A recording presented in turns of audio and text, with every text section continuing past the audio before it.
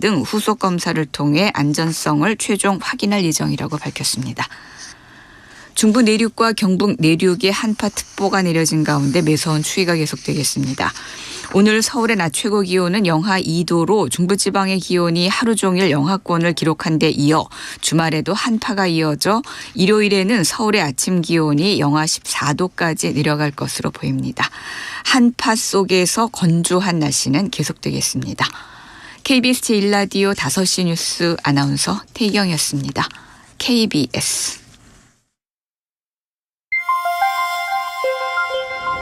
대한민국 중심 채널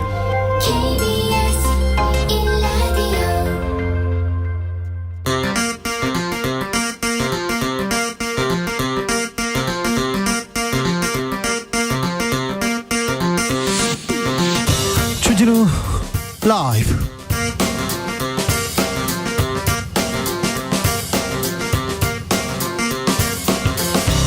처음 22년 12월 16일 금요일입니다. 안녕하십니까, 주진우입니다. 이태원 참사가 발생한 지 49일 지났습니다. 49제 마지막 작별의 날을 앞두고 유족들은 분향소를 차렸습니다. 가족들은 거리에서 진상규명과 책임자 처벌을 호소하고 있습니다. 49일 동안 우리는 뭘 했나요? 참사 희생자 유가족 그리고 이태원 상인 한 분의 목소리 들어보겠습니다. 서해 공무원 피격 사건과 관련해서 검찰 조사를 받은 박지원 전 국가정보원장. 국정원 보고서 삭제가 가능하다는 걸 수사를 통해 알게 됐다. 그러면서 삭제는 지시를 받은 적도 없다고 밝혔는데요. 검찰 조사 어떻게 받았는지 박지원 전 원장에게 직접 들어보겠습니다. 국민의힘이 자기 당대표 선출을 위한 전당대회 룰 개정 선언했습니다. 유승민 불가론 공식화한 것이다, 이런 분석도 있는데요. 유승민 전 의원은 쪼잔하고 구질구질하다, 이렇게 작심 비판 이어갑니다. 본격화된 국민의힘 당권 레이스, 여의도 정치연구소에서 들여다보겠습니다. 나비처럼 날아 벌처럼 쏜다. 여기는 주진우 라이브입니다. 오늘도 자중자애, 겸손하고 진정성 있게 여러분과 함께 하겠습니다. 오늘 오후 이태원역 앞 도로에서 이태원 참사 49제 시민 추모제가 열렸습니다. 지난 수요일엔 이태원 광장에 시민 분향소가 설치됐는데요. 희생자들의 영정사진이 걸렸더라고요. 그런데 너무 젊어서요, 너무 어려서요, 너무 예뻐서 마음이 아팠습니다. 친구 잃고 고통을 이기지 못해 극단적인 선택을 한 고등학생한테 우리 사회는, 우리 정부는 무엇을 해줬는지 미안하고 미안하기만 한 그런 날입니다. 여러분은 어떤 마음으로 이태원 참사 희생자들 이렇게 보내드리고 있는지 그 추모와 애도의 마음 모아보겠습니다. 샵9730, 짧은 문자 50원, 긴 문자는 100원이고요. 콩으로 보내시면 무료입니다. 그럼 주진우 라이브 시작하겠습니다.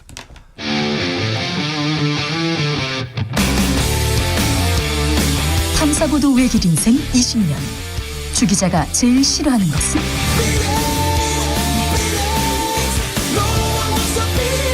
이 세상에서 비리와 부리가 사라지는 그날까지. 오늘도 흔들림 없이 주진우 라이브와 함께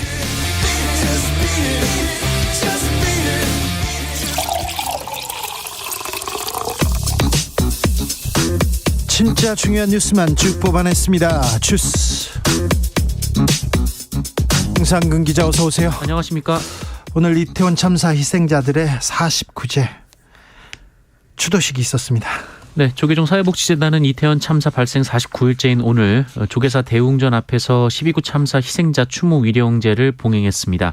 유족 측이 참여를 희망한 영정 67위 그리고 위패 78위를 모신 가운데 희생자 수와 같은 158차례의 추모 타종으로 위령제가 시작됐고요. 헌양, 추모 법문 등이 이어졌습니다. 그리고 대한불교조계종, 한국기독교총연합회, 한국천주교주교회의, 원불교 중앙총부, 유교 성균관, 천도교 중앙총부, 한국민족종교협의회 등 7개 종단으로 구성된 한국종교지도자협의회는 오늘 오후 이태원 광장에서도 7대 종단 이태원 참사 희생자 합동 추모식을 열었습니다.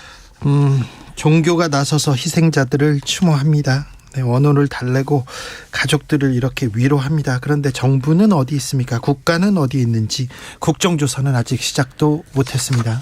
네, 민주당은 오늘 이태원 참사 국정조사 특별위원회를 다음 주부터 본격 가동하겠다라고 예고했습니다. 여야가 합의한 국정조사 기간 중 이미 절반 이상이 지나가 버린 상황인데요.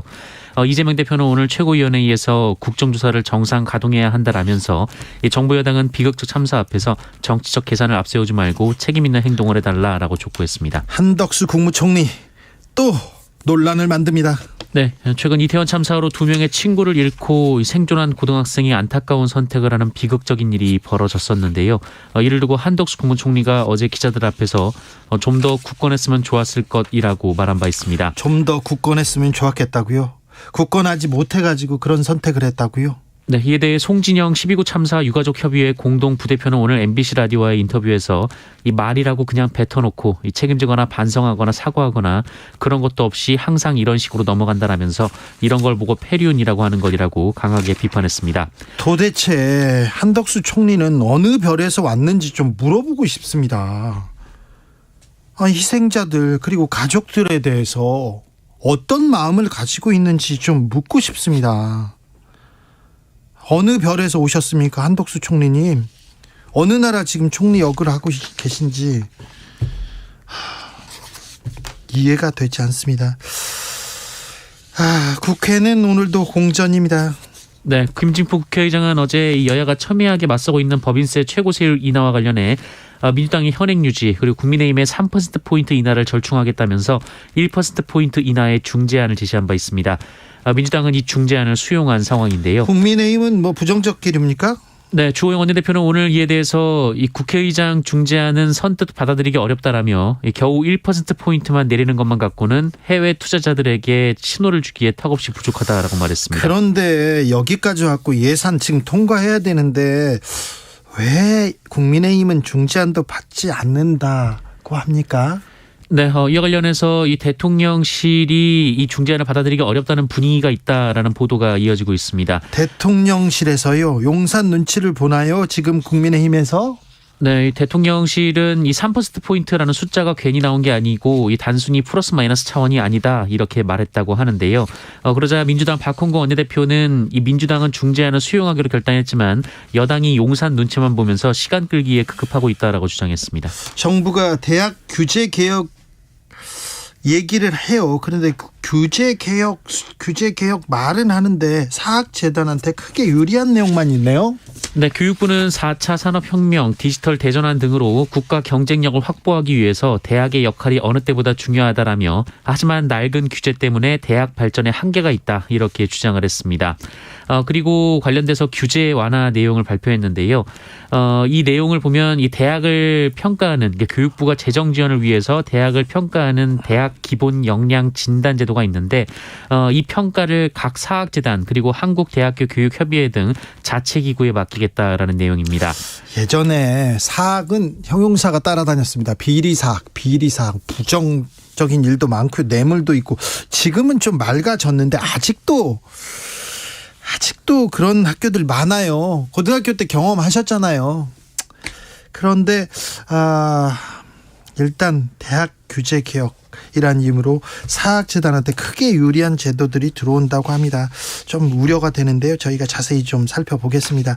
이성윤 전 서울중앙지검장이 검찰에 소환됐어요. 네, 추미애 전 법무부 장관 시절 윤석열 당시 검찰총장을 사퇴시킬 목적으로 이른바 찍어내기 감찰이 이뤄졌다는 의혹을 검찰이 수사 중에 있는데요. 오늘 이성윤 법무연수원 연구위원을 피의자 신분으로 소환했습니다. 그런데 검찰 출신인데 검찰청 앞에서 발언이 상당히 강했습니다. 네, 이 조사실로 향하기 전에 기자들과 만났는데요. 이성윤 연구위원은 당시 윤석열 대통령이 검찰총장 신분으로 이 채널A 사건 수사와 감찰을 방해하면서 자신에게 거친 말을 쏟아냈다라고 주장했습니다. 이 한동훈 전 검사장을 수사할 당시 윤석열 대통령과의 통화에서 윤석열 대통령이 네가 눈에 뵈는 게 없냐라고 소리쳤다고 주장했고요. 그때 견딜 수 없는 모멸감을 느꼈다라고 말했습니다. 총장이고 아무리 조금 지금은 미치라고 해도 중앙지검장한테 네가 눈에 뵈는 게 없냐 이렇게 소리쳤다고요. 네. 이성윤 연구위원이 어떤 얘기를 할지 좀 지켜보겠습니다. 김광동 과거사위원장, 과거사 인식이 좀 엉성하다 이런 얘기가 계속 나와요. 역사 공부 잘못했다 이런 비판도 따라옵니다. 네, 이 제주 4.3 사건과 5.18 광주 민주화운동에 대한 폄훼 발언으로 논란을 일으킨 김광동 제2기 진실 화해를 위한 과거사정리위원회 위원장이 이 과거사 청산 작업 자체를 부정하는 주장을 수차례 한 것으로 확인됐습니다. 김광동 위원장은 지난 2009년 6월 이 학술 논문을 통해서 논문도 썼어요. 네, 이 민주화 세력을 이 정치 세력의 권력 투쟁적 용어이거나 명분이라고 주장했고요. 이 과거사 정리는 오히려 각종 반민주적인 조치로 나타날 수밖에 없다라고 주장했습니다. 같은 해 9월 기고문을 통해서는 과거사위 활동이 대한민국의 정체성을 부정하고 대한민국 정통 주도 세력을 짓밟는 정치 공세의 수단이라고 주장하게 됐습니다. 이런 분이 과거사 위원장입니다. 유신은 위대한 시작이다 이렇게 유신을 찬양한 분이세요. 이런 분이 이렇게 과거사 위원장에 되셨어요. 백경란 질병관리청장 사의를 표명했습니다. 네, 백경란 질병관리청장이 최근 사의를 표명했다고 언론 보도가 나왔습니다. 주식 보유 논란 등을 이유로 사의를 표명했다고 하는데요. 네. 이 취임 때부터 SK바이오사이언스, SK바이오팜 등 이 바이오 관련 주식을 보유해서 이해충돌 소지가 있다는 지적을 받아왔었고요. 이후 남동생이 코로나19 진단 키트를 생산하는 코스닥 기업의 사회이사 지원하면서 자신이 백경란 청장의 동생임을 드러내 논란이 된 바 있습니다. 네. 또 있죠, 또 있어. 네. 그리고 지난달 국회 보건복지위원회는 백경란 청장이 주식 거래 내용 등의 서류 제출을 거부하자 또 고발한 바 있습니다. 코로나 유행 상태입니다. 국민 건강을 위해서 질병관리청이 얼마나 중요한지 모든 국민들이 알고 있는데 백경란 청장 많이 부족했습니다. 취임 7개월 만에 쓸쓸한 퇴장인데 자기 그릇이 되지 않는 사람이 자리에 간다. 그 자리에 나서지 않는 것도 중요한 덕목이다 이런 생각합니다. 능력이 안 되는데 이렇게 관직을 맡는 거 참 좀 이렇게 쓸쓸한 퇴장으로 귀결되는데 전 국민한테 피로로 귀결됐습니다. 네, 코로나 상황 어떻습니까?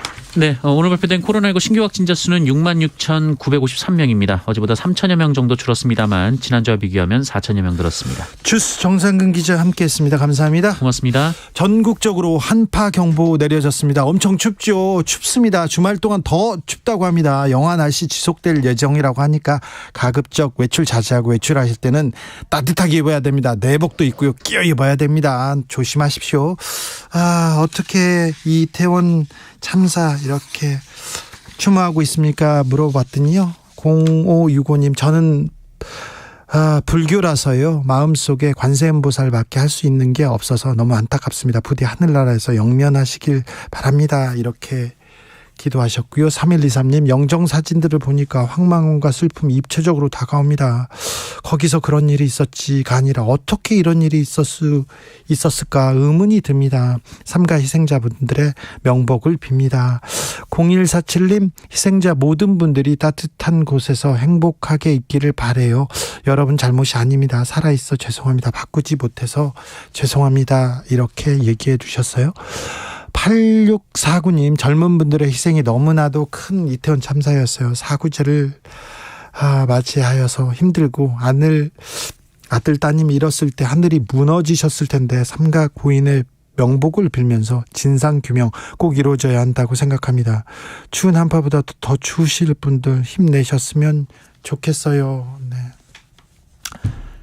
0464님 한없이 밀려드는 슬픔과 그에 비례하는 분노 어찌할 바 모르겠습니다. 정권에 낙점되려면 비인간적이고 몰상식이 요건인가요? 대한민국 국민님이 순식간에 창피해집니다. 이렇게 얘기했는데 총리님 얘기 때문에 그러신 것 같아요. 화가 많이 나셨네요.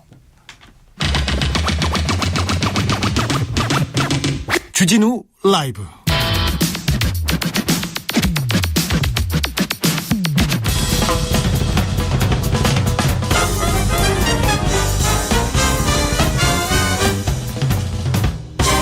훅 인터뷰. 모두를 위한, 모두를 향한 모두의 궁금증 훅 인터뷰. 서울 한복판에서, 거리에서 158명이 희생됐습니다. 압사. 말만 들어도 슬픔이 밀려옵니다. 이태원 참사가 벌어진 지 오늘로 49일. 오늘 이태원 참사 현장에서 그리고 곳곳에서 추모 행사가 열렸는데요. 오늘 유가족들은 어떤 생각하고 있을까요? 이태원 참사 희생자 김원준 군 누나 연결했습니다. 안녕하세요. 안녕하세요. 네. 참사 49일째네요, 벌써. 네, 네. 시간이 이렇게 흘렀습니다. 49제인데 오늘 어때요, 마음이? 저는 이제 저희 고향에 내려와서 가족들끼리 작은 절에서 49제를 지냈거든요, 오전에. 49제라는 게 이승에서의 마지막 날이라고 하잖아요. 네. 네. 참, 이제 진짜 헤어지는 건가라는 이런 생각도 들고, 그래도 영원히 우리 가족 옆에 있다고 생각도 들고요. 또, 지금 현재 서울하고 전국의 곳곳에서 49제 행사 많이 해주고 계시는데요. 이렇게 추운 날에 많은 분들 참석도 해주시고 준비해 주셔서 정말 감사하게 생각하고 있습니다. 네. 49제 이별의 마음을 정리하는 날이다. 49제를 치르면 어느 정도 정리가 된다. 이렇게 얘기를 들었어요. 그런데 네. 어떠세요? 글쎄요. 영원히 정리라는 거는 그거는 조금 힘들 것 같고요. 뭐 모든 가족들 다 그러실 거예요. 이거 경험해 보지 않으신 분들은 잘 다가오지 않을 수 있겠지만 이거는 그냥 평생 가슴속에 안고 가야 될 가족들의 그런 아픔이죠. 네. 네. 참사 47일 만에 영정이 있는 시민 분향소가 설치됐습니다. 유가족 협의회도 어렵게 출범했는데요. 네. 이렇게 모이는 과정이 쉽지 않았습니까? 네, 맞습니다. 저희가 10월 29일 이후에 한 3주 정도 되었을 때였나요? 민주화를 위한 변호사 모임에서 유가족들을 같이 좀 이렇게 모아서 얘기를 한다는 기사를 보고도 저희 가족도 이제 함께 참석을 하게 되었는데, 왜냐하면 그 전까지 전에 정부 쪽에서 저희 유가족들끼리 연락을 할 수 있게 한다든지 만날 수 있게 한다든지 그런 게 전혀 없었기 때문에 그냥 각자 슬픔을 이제 가지고 있었다가 그런 모임의 자리가 마련이 되어서 10몇 가족들이 모이게 되었어요. 네. 처음에. 그리고 이제 거기에서 서로 모인 건 사실 서로 이제 공통된 아픔을 함께 나누려고 모였던 거였죠. 그러다가 가족들이 서로 약간씩 모이게 되면서 정진석 비대위원장하고 만나는 기회가 있었는데 이제 그분하고 만날 때 또 사실 만남이 탐탁진 않긴 했어요. 그 과정이. 왜냐하면 만나는 자리에서 이제 그 의원분들은 핸드폰을 한다든지 저희 가족들이 얘기하고 있는데.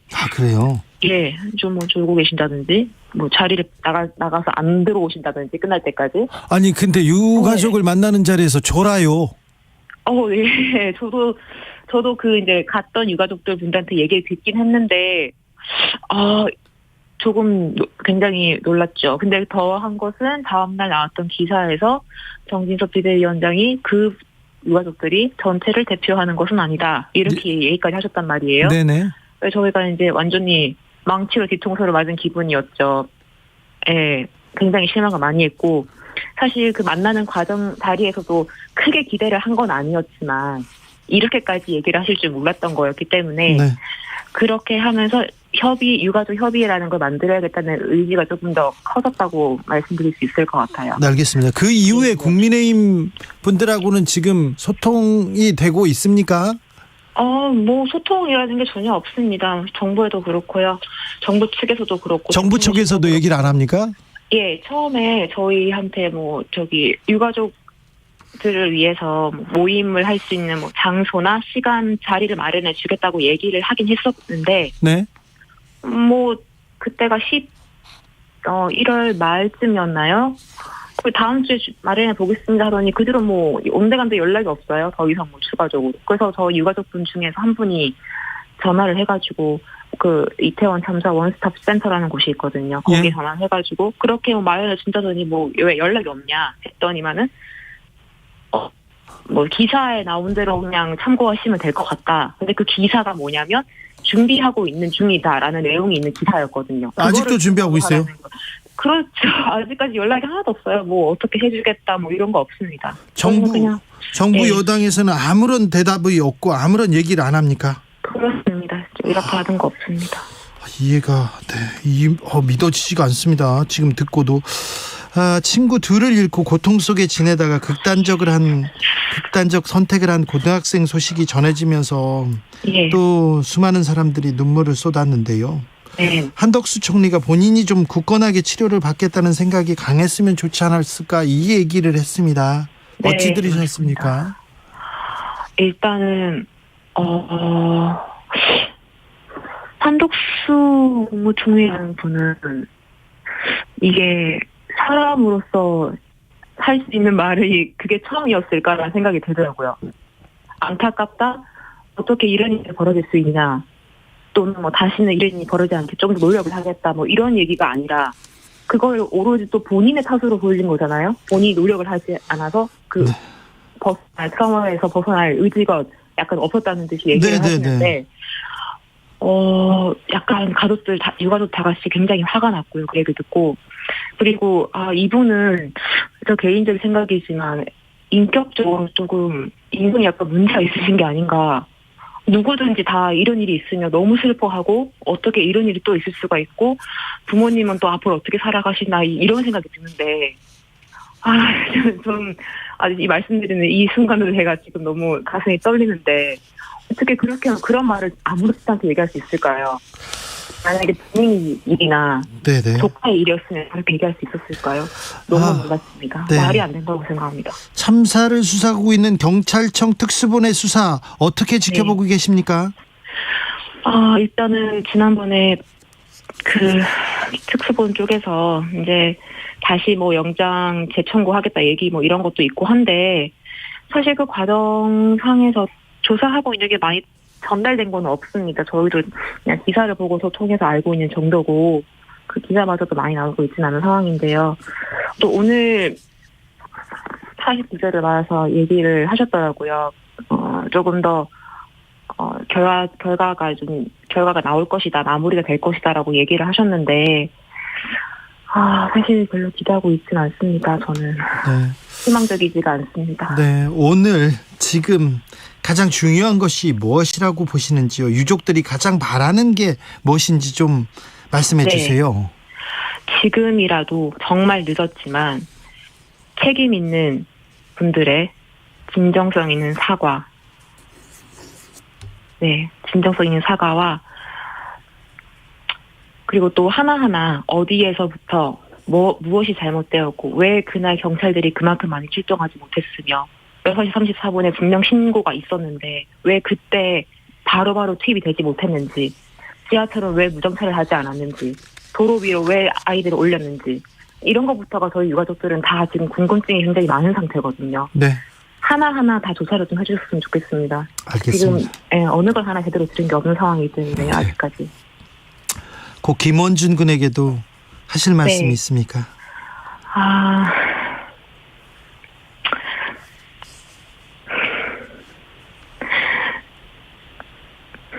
너무 사랑한다고 얘기하고 싶고 보고 싶다고 얘기하고 싶어요. 편히 잠드시길 제가 기도하겠습니다. 깊은 위로의 말씀 전합니다. 네. 말씀 감사합니다. 고맙습니다. 고 김원준 군 누나와 말씀 나눴습니다. 이번에는 참사 현장에서 희생된 아이들 곁을 떠나지 않는 시민이 계셔서 좀 불러보겠습니다. 이태원 참사 현장 골목에서 제사상을 손수 차려주고 그리고 그 자리를 지키고 있는 80대 상인 남인석 씨가 그분인데요. 연결하겠습니다. 남인석 선생님, 안녕하세요. 예, 안녕하세요. 네. 오늘 아침에도 이렇게 골목길에 제사상을 차리셨어요? 예, 오늘 아침에 새벽 2시에 아무 사람 없을 때 조용하니 한다고 네. 제사상을 차렸거든요. 네. 그 제사상 가운데는 또 특이한,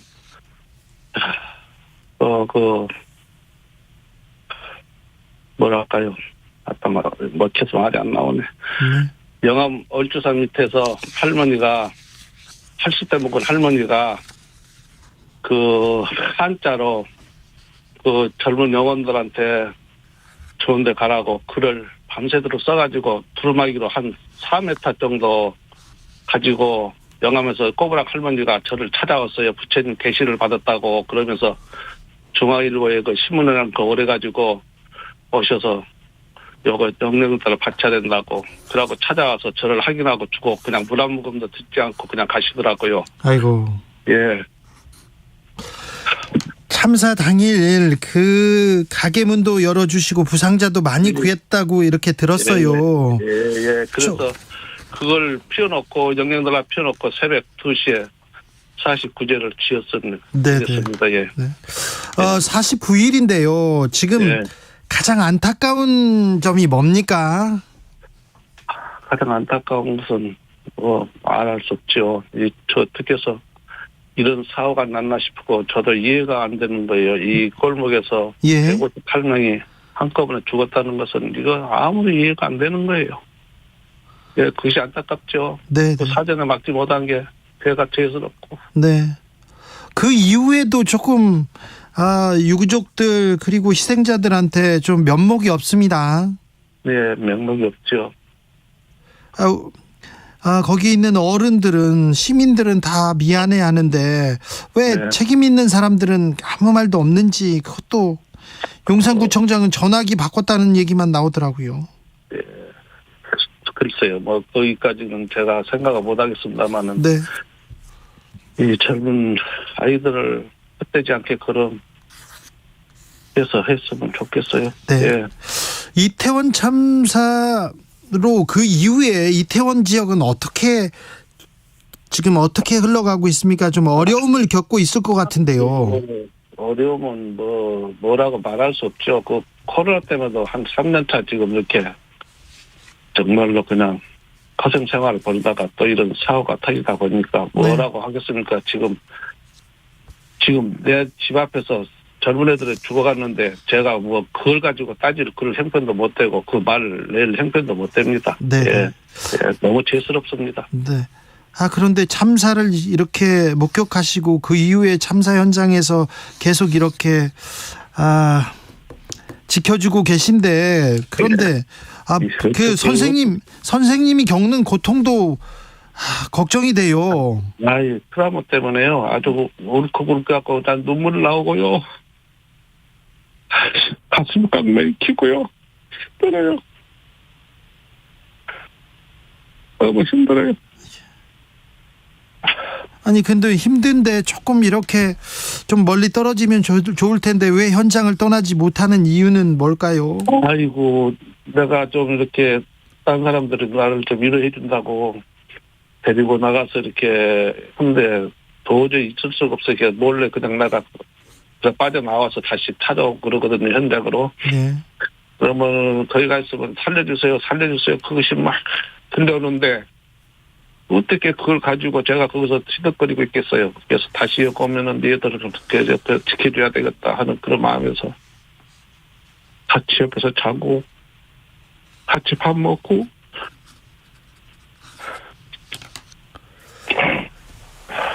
자, 오늘 49일 됐는데 이 희생된 우리 아이들한테 우리는 어떻게 해줘야 될까요? 우리 사회는 어떻게 해줘야 될까요?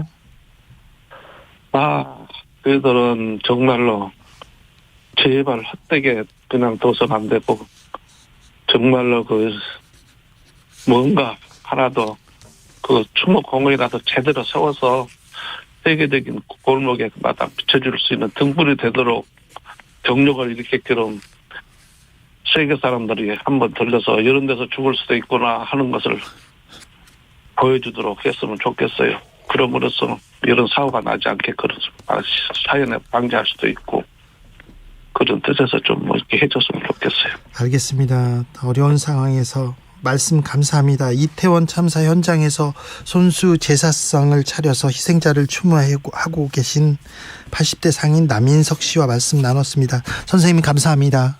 네, 고맙습니다.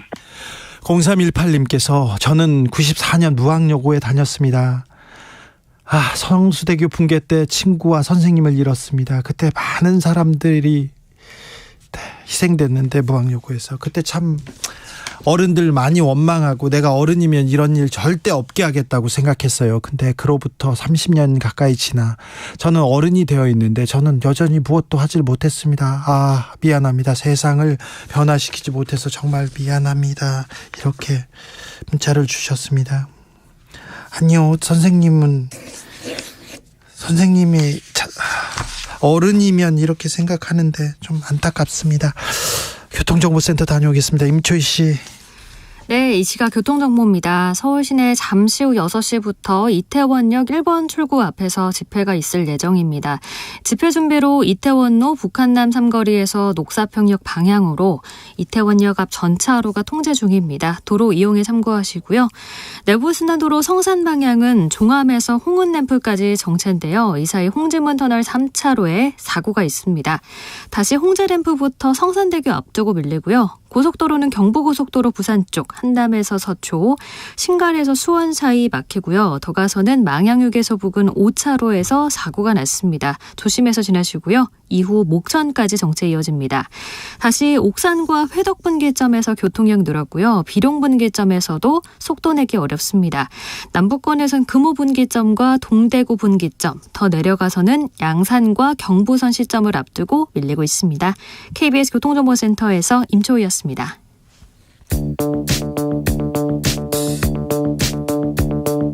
대한민국 정치의 새로운 100년을 준비한다. 21세기형 국회 싱크탱크 여의도 정치연구소.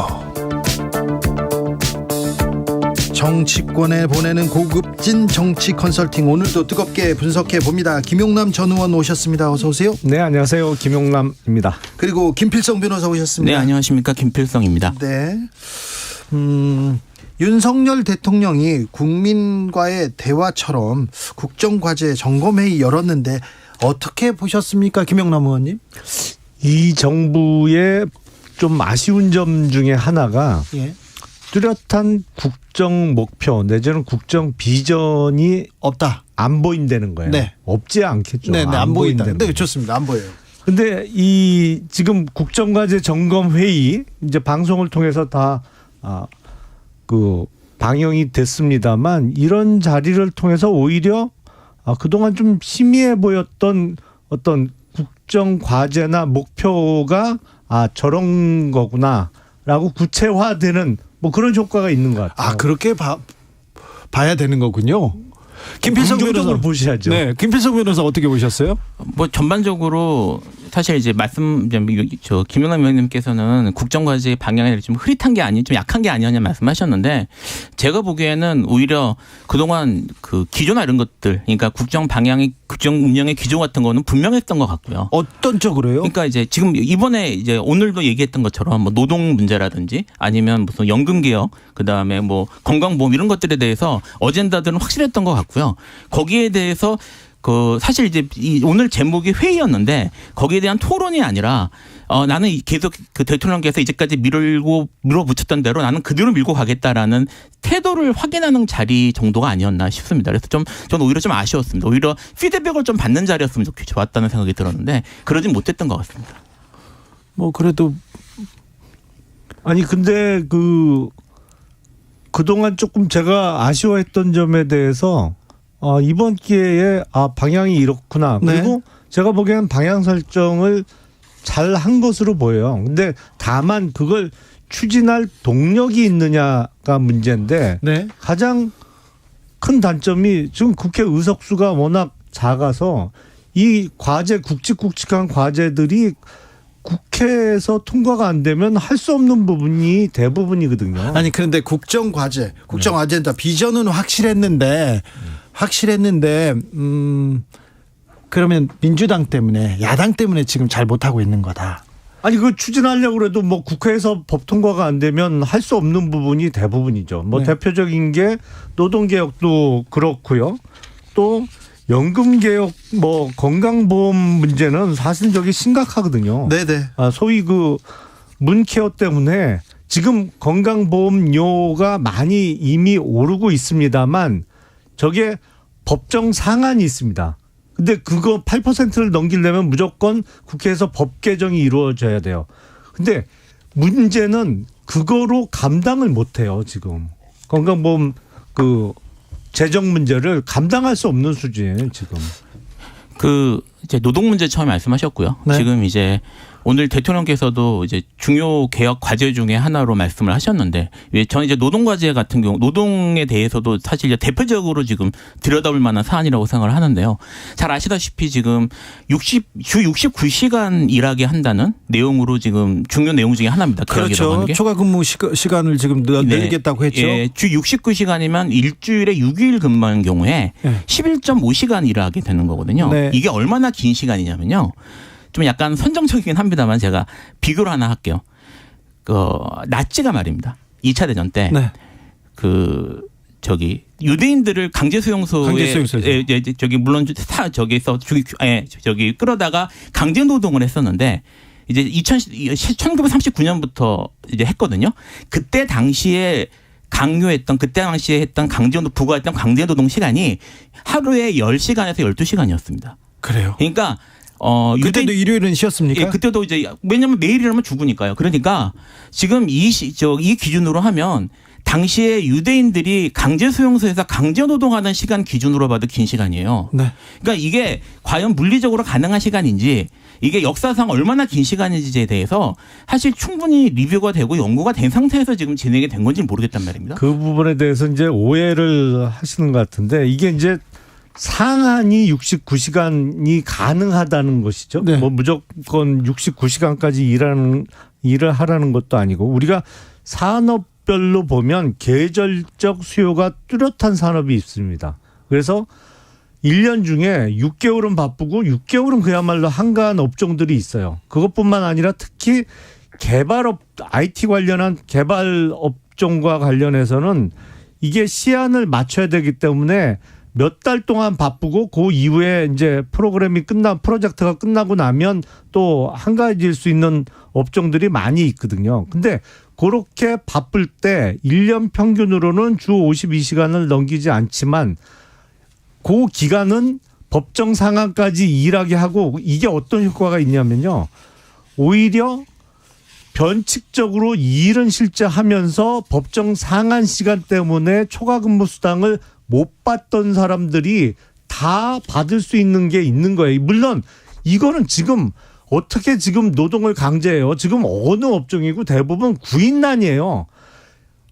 하기 싫다는 사람 억지로 일시키잖아요. 다 회사 그만두고 떠나요. 구인난인 상황에서는 근로자의 동의 없이 강요할 수 없습니다. 강제할 수 없어요. 지금 아니 그런데 지금 영혼을 팔아서라도 취업하고 싶다 그런 사람들도 많은데요. 근데 대부분 구인난이에요. 지금. 노동 문제가 심각했던 그 군사정권 시절에서도 강제로 노동을 시킬 수 있는 권한은 법적인 권한은 없었습니다. 사실 그 노동자와 사용자 사이에서의 권력 관계라고 하는 게 지금 강제로 할 수 있냐 없냐로 얘기할 수 있는 건 아니고요. 심지어 산업혁명 때 그 말 많았던 영국인 경우에도 강제로 노동시킬 수는 없었어요. 지금 그렇게 얘기할 수 있는 건 아니고 특히 IT 산업 말씀하셨는데 IT 산업 쪽에서의 그 전에 지금 이제 주 52시간 근무 규정이 들어오기 전까지 프로그래머들의 노동기 엄청 장난이 아니었거든요. 자, OECD에서도 선진국에서도 우리 노동 시간은 길다 이런 지적이 있었는데 왜 이렇게 일 시킬 자유에 대해서 이렇게 고민을 많으신지 일을 많이 시키는 게 노동 개혁인지 여기에 대해서는 좀 고민이 좀 됩니다. 자, 그런데 이걸 바라는 근로자들도 많이 있어요. 네, 알겠습니다. 바라는 사장님들은 더 많을 거고요. 근로자들도 있다는 것까지 네, 알겠습니다. 자, 의원님 그런데 국민의힘은 이제 당권 경쟁으로 이렇게 접어들었다 이렇게 봐도 되죠? 사실상 그렇죠. 그렇죠. 3월 초에 경선을 하게 되면 이미 지금 이제 룰을 바꿔야 되는 시기가 맞지요? 룰을 바꿀 필요가 없다는 게 제 생각입니다. 그런데 바꿔서도 안 되고. 김용남 왜 바꾸면 안 됩니까? 아니 게임을 앞두고 갑자기 룰 바꾸면 네. 그 게임의 결과에 대해서 누가 승복하겠어요? 아니 그러니까요. 검사 출신 법과 원칙 중요하게 생각하는 김용남 지금 룰을 바꾸면 누가 그거 공정하다고 누가 나중에 승복하겠냐? 그렇죠. 예. 그런데 이게 상식인데 룰을 왜 그렇게 바꾸려고 합니까? 제가 보기엔 전략적인 판단 믿습니다. 그래요? 지금 룰을 바꾸자. 그래서 당원 100%로 전당대회를 이번에 치르자고 하는 사람들은 네. 그분들 속내는 제가 정확하게 모르겠는데 겉으로 비춰지는 모습은 다 유승민 전 의원의 도우미들이에요. 아 그래요? 오히려 예. 실제로 도와주는 효과밖에 없습니다. 그렇죠. 지금 예. 룰 바꾸고 뭐 하면서 다 유승민 때리게 나선 거 아니냐? 유승민 막아라 이렇게 하는 거 아니냐? 이렇게. 아니 그렇게 비춰질 소지가 다분하고 유승민 전 의원이 이번 전당대회 출마해서 비록 당대표에 안 되고 떨어지더라도 승자예요. 지금 벌써. 그럼요. 그렇죠. 아니 멋있게 지는 사람은 정치적으로는 승자예요. 네. 비록 지더라도. 그런데요. 네. 계속해서 80이다 90이다 나오더니 100%로 당원 비중 100%로 올리란 이런 얘기는 윤석열 대통령도 사석에서 했다는 보도가 나왔어요. 근데 그거는 모 신문에서 단독으로 보도를 했던데 그거는 정말 팩트인지는 알 수 없고요. 네. 그 여부에 대해서는 제가 확인이 안 되기 때문에 그거에 대해서는 따로 말씀을 안 드리겠고. 그런데 윤핵관들 다 지금 당권 룰 100% 이거 얘기하고 있잖아요. 그게 전략적인 판단 미스라니까요. 그리고 네. 제가 보기엔 무슨 소위 얘기하는 윤핵관 후보들 후보 단일화해서 한다? 네. 아유 그런 군소 후보들 단일화 해봤자 아무 효과 없어요. 그래요? 아유 올망졸망 단일화 해봤자 무슨 시너지 효과가 나요? 안 된다니까요. 그거. 윤핵관들이요? 안 돼요? 효과 없어요 그거. 그러면 어떻게 합니까? 윤핵관 의원님께서는 어떻게 됩니까? 제가 보기엔 네. 당선 가능성이 있는 사람은 지금 사실 공개적으로 이제 전당대회 출마를 밝힌 후보들 중에는 안철수 의원 정도가 네. 가능할 것 같고요. 아직 의사표명은 안 했습니다만 나경원 전 의원 정도는 유승민 전 의원하고 이렇게 전당대회에서 이길 가능성이 있어요. 네. 나머지 후보분들은 글쎄요. 그래요? 올망하다고요? 자, 김필성 변호사 이거 한번 물어볼게요. 이 경선 앞두고 룰을 바꿔요. 그리고 유승민을 막아야 돼. 그럼 결선 투표도 만들어요. 막 이렇게 룰을 복잡하게 만들고 이 경선을 치르는 이렇게 해도 됩니까? 사실 법 절차에 따라서 바꾸는 거라면 당원 당규에 따라 바꾸는 거라면 형식적으로는 문제가 없을 수 있죠. 사실 어떻게 바뀔지는 잘 모르겠습니다만. 네. 아시겠지만 지난번에 그 이준석 전 당대표가 이제 물러나는 과정에서도 그걸 규정을 바꾸는 것 때문에 가처분도 있었고 하지 않았습니까? 네. 그러니까 그랬던 것처럼 문제가 안 되도록 절차를 지키는 건 될 수 있는데 사실 이게 고도의 정치적인 작업이라서 지금 의원님 말씀하신 것처럼 이게 지금 정치적으로 올바른 판단인지 여부에 대해서 사실 생각해 볼 필요는 있는데요. 국민들이 보기에는 의원님께서 말씀하시는 것처럼 유승민 의원 전 의원 쪽에서 말씀하시는 것보다 오히려 윤석열 대통령의 의지가 아닌가. 사실 기사도 계속 그렇게 나오고 있고요. 이번 시사저널에서 보도한 바에 따르면 또 윤 대통령께서 다음 총선은 내가 치르는 거 아니냐는 말씀을 하셨다고 해요. 그러니까 당의 친정체계제를 굳히고 싶은 게 윤석열 대통령의 의지가 아닌가 사실 이렇게 비치거든요. 두 법률가들한테 물어보겠습니다. 경향신문 한 보도기는 하지만 룰을 바꾸자는 100% 당원 얘기를 윤석열 대통령이 만약에 했다면 이거 법에 조금 저촉되는 거 아닙니까? 아니 단독 보도된 내용도 그렇게 하는 게 낫지 않냐라는 취지였기 때문에 그거로 어떤 당무에 개입했다라고 본인의 의견일 수 있거든요. 예. 그렇게 하는 게 낫지 않을까 그렇기 때문에 법적인 문제까지는 가기는 어려워 어렵습니다. 보여요. 아니 예. 예전에 노무현 대통령 탄핵 사례가 있잖아요. 그거는 총선을 앞두고 그거는 조금 다른 문제였죠. 표현도 달랐고 사실은 그때 민주당이 깨지면서 열린 우리 당에 대한 사실상의 지지 표명이었기 때문에 그건 조금 다른 문제죠. 그거는 이제 지금 이건 당내 경선일, 당내 이제 선거라 네.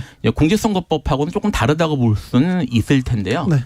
뭐 있을 거는 그렇게 볼 수는 있을 것 같습니다만 어쨌든 이런 식 이게 지금 말씀하셨던 것처럼 뭐 대통령이 지금 그렇게 말씀하셨으면 이게 그냥 단순히 의견 표명이라고 보기는 현재 지금 진행되는 거 좀 어렵지 않을까 싶긴 합니다. 네. 아니, 저는 이해가 안 되는 게 이렇게 당원 100%로 룰을 바꾸자고 하는 분들이 겉으로 드러나는 거와는 달리 그런 사람들의 정말 속내는 네.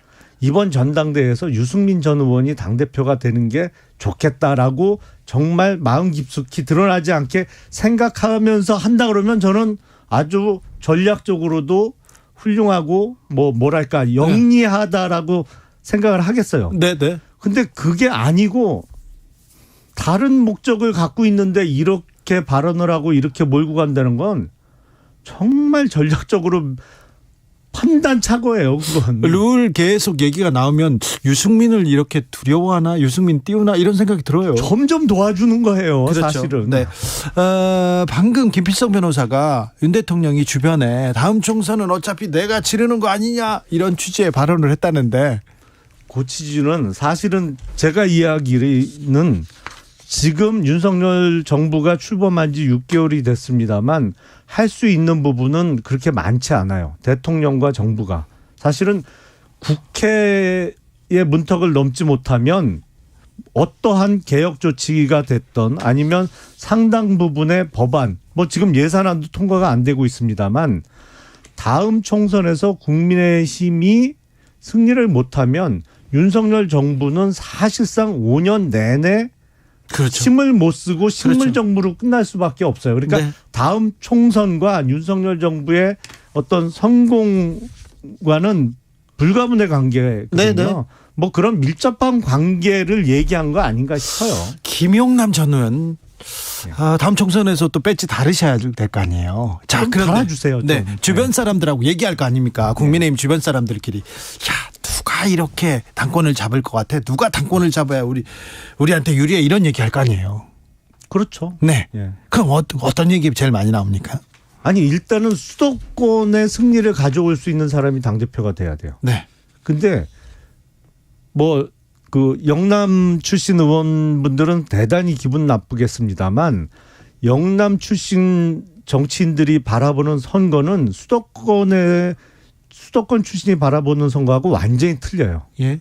완전히 생각부터가 틀려요. 그렇죠. 그리고 선거를 임하는 자세도 틀려요. 당연하죠. 그래서 총선과 같은 큰 선거를 앞두고는 수도권 선거를 치러본 사람이 당대표를 해야 됩니다. 네. 그래야 큰 사고 없이 선거를 잘 치러낼 수가 있어요. 알겠습니다.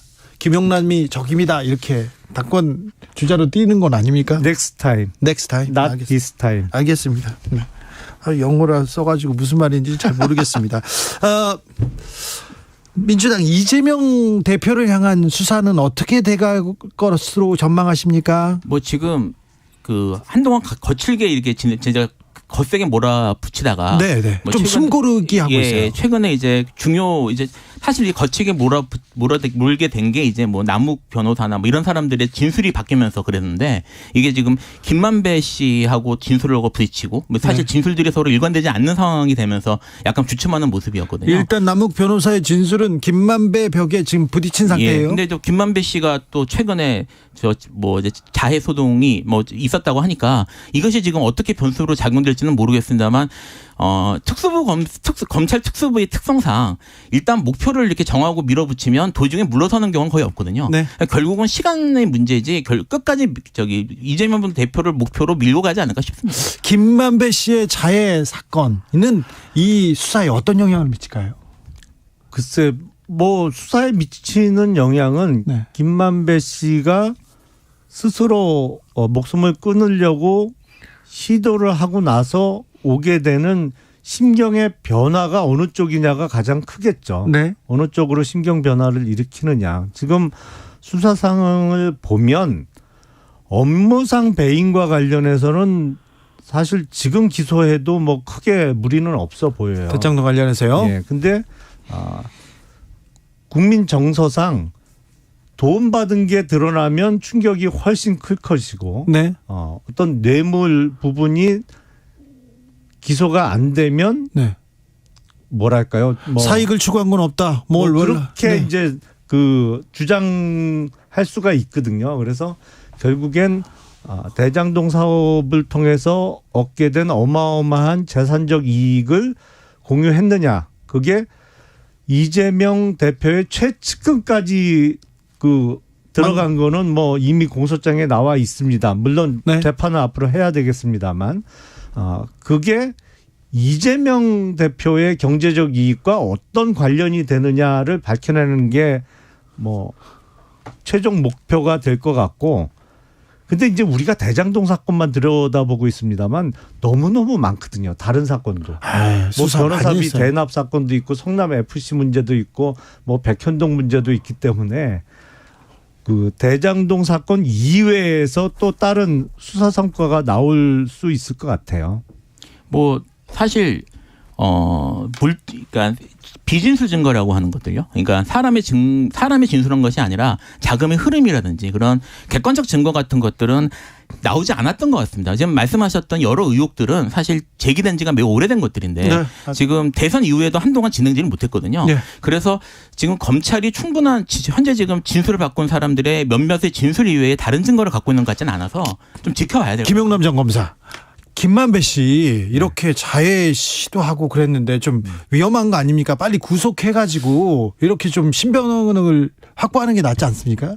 제가 봐도 사실은 그냥 외부에 이렇게 놔두는 거는 위험할 수 있을 것 같아요. 근데 뭐 구속을 시키고 싶다고 그냥 할 수 있는 게 아니잖아요. 네. 뭐 별건이 있어야 되는 거고 앞서 기소가 됐던 부분은 구속 기간이 만료가 돼서 지금 나온 거기 때문에 네. 뭐 별건이 있지 않으면 또 구속하기는 쉽지 않겠죠. 알겠습니다. 김용남 전 의원 그리고 김필성 변호사와 함께 했습니다. 감사합니다. 네, 고맙습니다. 저는 6시에 박지원 전 국정원장과 돌아옵니다.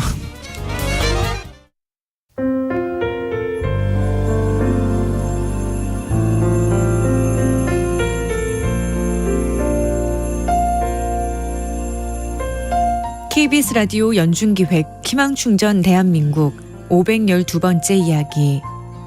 안녕하세요. 아나운서 이현주입니다.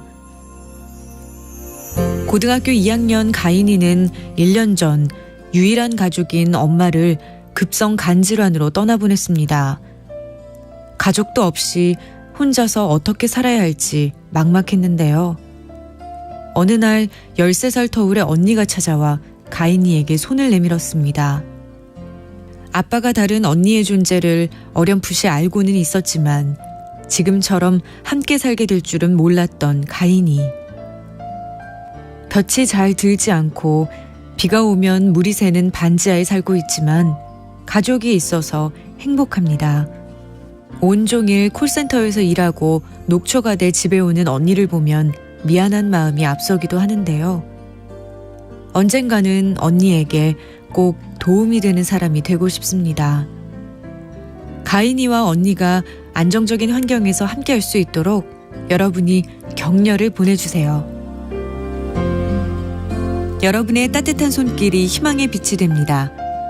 ARS 060-700-1580 060-700-1580 한 통화 3,000원으로 희망을 선물해주세요. KBS 라디오 연중기획 희망충전 대한민국은 초록우산 어린이재단, 인탑스 주식회사, 그리고 청취자 여러분과 함께합니다. ARS 060-700-1580 한 통화 3,000원입니다.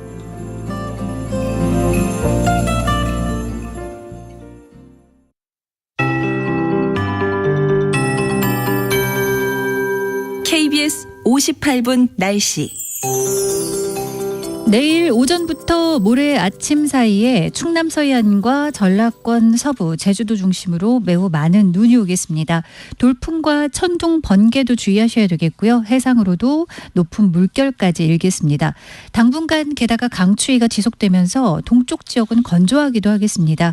곳곳에 악기상이 반복되고 있는데요. 건강 잃지 않도록 주의를 하셔야 되겠습니다.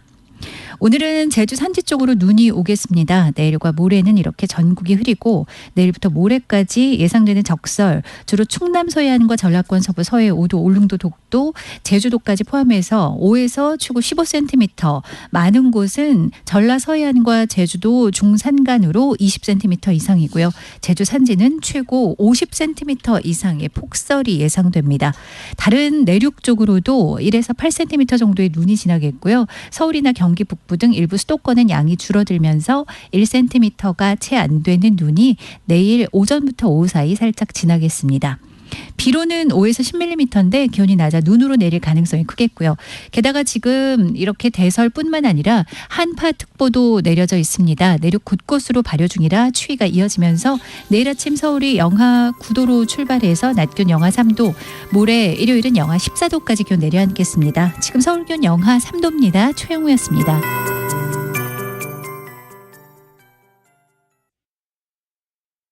정성을 다하는 국민의 방송 KBS가 6시를 알려드립니다. AM 711kHz, FM 97.3MHz, KBS 1라디오입니다. HLKA.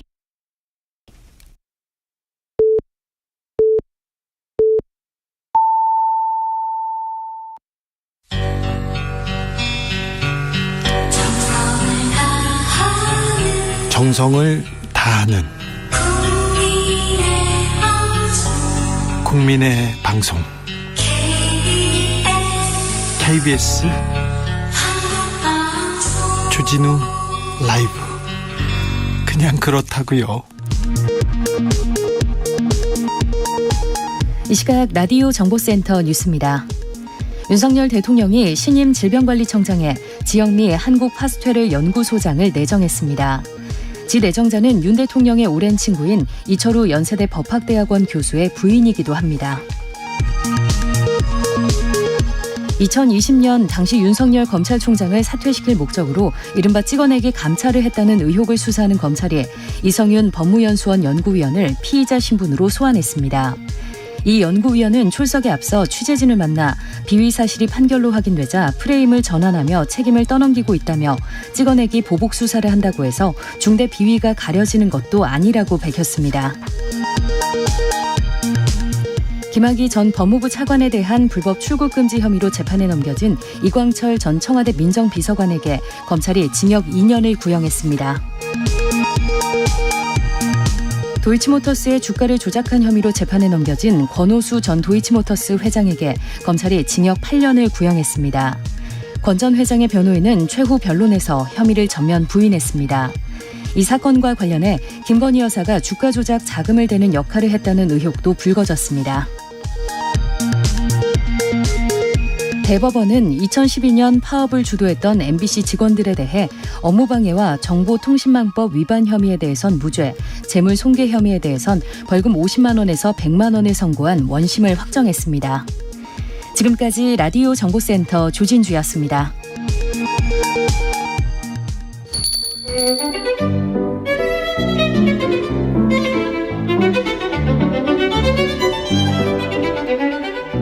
어서 오십시오. 고품격 정치 토크의 세계에 오신 여러분 환영합니다. 구성급 정치 맛집 메인 셰프 소개합니다.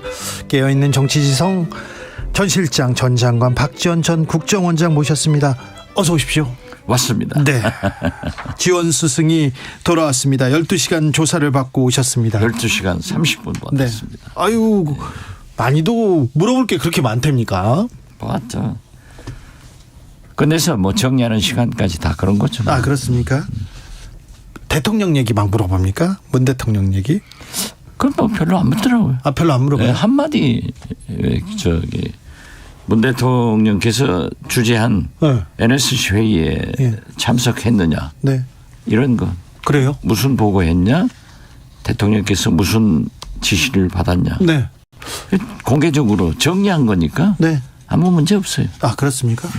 그러면 문 대통령 소환까지 가기는 어렵겠네요. 글쎄 제가 볼 때도 또 지금 언론도 보더라도 네. 거기까지 가지 않지 않느냐. 네. 저도 그렇게 봅니다.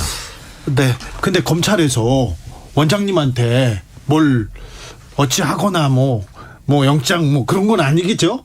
그거 묻지 마세요. 아, 그래요? 네. 제가 네. 어제 제 페이스북에 네. 답변하지 않겠다. 네. 그리고 오늘 아침 방송에서도 물어도 네. 검찰 조사 관계는 답변하지 않겠다. 네. 왜냐하면은 여러 사람이 관계되어 있잖아요. 알겠어요. 네. 그러면 제가 얘기를 하면은 네. 증거 인멸 이런 게 가능하죠. 알겠습니다. 그걸로 또 검찰 애들이 또 이렇게 검찰 분들이 네, 이렇게 얘기할 수도 있으니까 이건 넘어가겠습니다. 그런데요, 이것도 물어볼게요. 민주당에서 박지원 복당 심사했는데 무산됐다 이런 얘기 나왔어요. 무산되는 것보다 조금 더 논의하겠다라고 했으니까 네. 기다리면 되겠죠. 아니 논의할 게 뭐가 있죠? 왜 이렇게 복잡하다는 거죠? 저는 그렇게 시끄러운 것 같아요. 그래요? 네. 아, 박지원 네, 어딜 가나 뭐 뉴스메이커는 맞습니다. 글쎄요. 네. 그러니까 요즘 제 딸이 아빠가 대통령보다 더 TV 라디오에 많이 나온다고 제발 이제 그만하라고. 아, 그것 때문에 지금 탄압받는다 이렇게. 아니죠. 네. 안 좋은 일로 아빠가 검찰에 불러다니니까 좋아하는 딸이 어디 있겠어요. 네. 또 이제 오늘은 조용해질란가 했더니 복당 안 받는다 하니까 아빠 뭐가 잘못됐냐고. 아니 그런 건 걱정하죠. 아니거든요. 뭐. 네. 걱정 안 합니다. 걱정 안 해도 됩니까? 아니 우리 딸이 걱정하니까. 알겠습니다. 네. 박지원은 걱정 안 해도 됩니까? 저는 걱정하지 않습니다. 그렇습니까? 네. 아니 제 사주팔자가 예. 좀 시끄러운 것 같아요. 그래요. 그런데 또 제 운명이 잘 헤쳐나가더라고요. 네, 알겠습니다. 네. 네, 잘 헤쳐나가는 박지원 원장님, 네, 믿고 있습니다. 원장님, 윤석열 대통령이 국정과제 점검회의를 주재했습니다. 국민과의 대화 형식으로 이렇게 얘기하던데 어떻게 보셨습니까? 저는 어제 TV는 보지 않았습니다. 예. 쇼트 뉴스로 네. 봤는데 어떻게 됐든 집권 7개월 만에 네. 국민과 대화를 했다고 하는 것은 저는 잘했다. 네. 그렇게 평가합니다. 네. 속 시원히 할 말 다 했다. 이렇게 대통령은 만족해 하는 것 같은데 말을 많이 하시더라고요. 많이 하고 싶겠죠. 또 하실 수밖에 없고. 대통령 되면 말 많이 하고 싶습니까? 이명박 전 대통령은 말하고 싶어가지고 라디오에서 주례 연설 만들어가지고 프로그램 만들어가지고 혼자서 계속 연설하고 그랬잖아요. 뭐 대통령이 보면은 제가 김대중 대통령 네. 5년간 가장 가깝게 모셨잖아요. 네. 사실 24시간 국가 걱정하고 365일 충성합니다. 네. 그렇지만은 그 한 일에 대해서 TV에서 라디오에서 왕울락을 신문에서 새카맣게 비판을 하니까 속시원하게 좀 말 좀 하고 싶을 것 같아요. 아, 그래요? 예. 알겠습니다. 그러니까 저는 비서실장 하면서 대통령 그 일정이 나오잖아요. 예. 그러면 아침, 점심, 저녁 식사가 비어 있거나 또는 특별한 게 없으면은 늘 소통할 수 있는 어른들하고 자리를 만들어줬어요. 아하. 김수환 추기경님, 네. 강원영 목사님, 네. 박건상 KBS 사장님. 네. 이 세 분하고 제일 얘기를 많이 했죠. 아, 그래요? 그렇게 해서 이제 소통을 하면서 듣고 또 그분들은 원체 원로이기 때문에 네. 성직자이고 언론이기 때문에 민원하지 않고 있는 그대로 다 말씀을 해 주니까 네. 윤석열 대통령도 그런 식을 한번 취해봤으면 하고 말씀드립니다. 원로들도 좀 많이 만나야 될 텐데. 그렇죠. 국민의힘 사람 말고 다른 목소리도 좀 들어야 될 텐데. 국민의힘 사람들 만나는 것은 자기 식구들 아니에요. 네. 짬짬이야. 네. 소통이 아니고. 알겠습니다.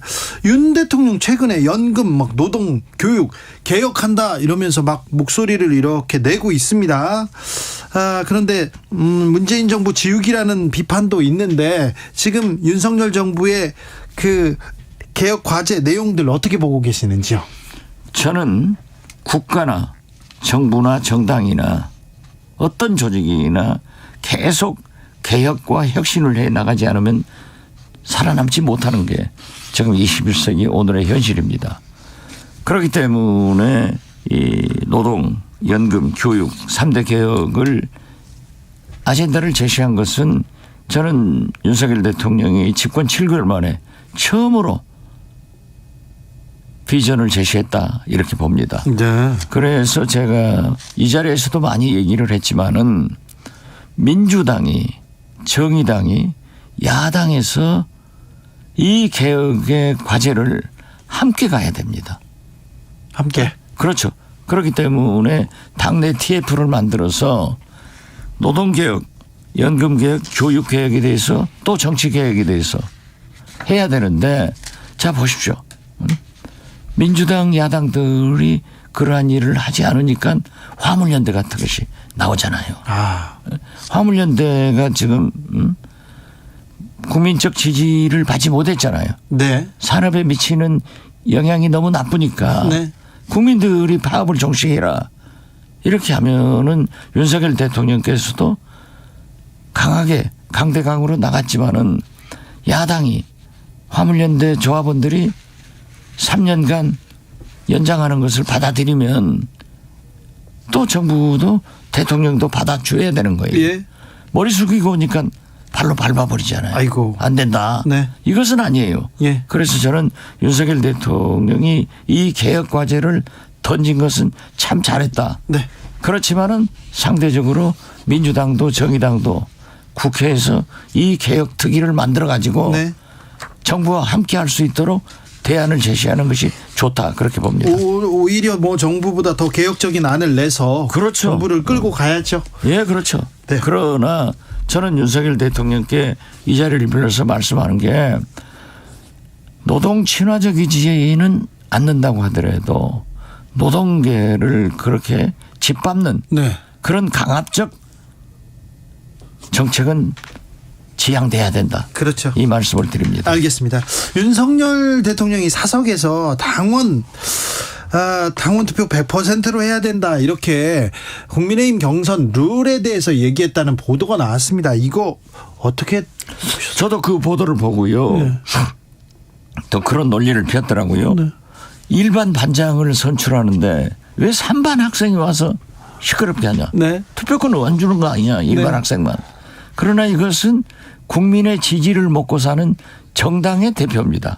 그렇기 때문에 모든 정당들이 대개 당원 70, 국민 30 또는 80, 20 이런 것으로 해왔는데 저렇게 당원 100%로 하자. 자기 당 대표니까 대통령께서 그렇게 말씀하신 것은 저는 유승민 전 의원은 절대 당대표 안 만들겠다 네. 하는 그런 선전포고 아니에요? 선전포고인 걸로 다 받아들입니다. 네, 유승민은 안 된다 이 얘기로 다 받아들이는데 경선에 개입했다 이거 불법적인 요소는 없나요? 경선 개입까지는 아니잖아요. 그렇습니까? 룰에 대한 룰을 의견을 바꾸라는 냈으니까. 거였지. 네. 그리고 네. 국민의힘은 대통령당이에요. 예. 거듭 말씀드리지만 민주당은 탄압에 대해서 단결해서 투쟁하는 DNA가 있다고 하면은 국민의힘은 대통령한테 줄 잘 쓰는 DNA가 세계에서 제일 발전된 당입니다. 알겠습니다. 세계적으로 유명합니까? 유명하죠. 알겠습니다. 오늘 이태원 참사 진짜 49제의 날이에요. 그런데 참 뭐 하나 밝힌 것도 없고요. 뭐 하나 한 게 없어서 참 죄스러운 마음이 있습니다. 그런데 이런 와중에 한덕수 총리가 더 좀 굳건하게 치료를 받았어야 되는데 이렇게 생존자가 극단 선택한 거에 대해서 이런 얘기를 했는데 저는 어떻게 됐든 49제에 대통령 네 분이 가셨어야 된다. 네. 지금이라도 가셔야 된다. 네.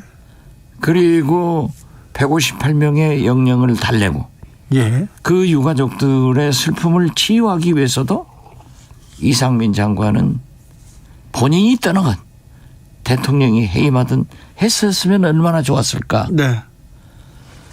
또 거기에다 대고 설상가상으로 한덕수 총리가 저런 말씀을 해서 과거에 한덕수 총리는 그러지 않았거든요. 그래서 나는 대통령한테 저렇게 줄을 서는 것이 너무 눈에 보이고 이게 아부 아니냐까지도 저는 생각을 했습니다. 예. 저는 대통령이나 총리가 좀 국민을 생각해서 그 생명을 존중을 하기 위해서도 49제에 가셔야 되고 네.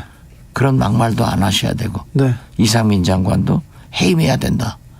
이걸 먼저 말씀드립니다. 알겠습니다. 김대중 대통령이라면 49제에 갔을까요?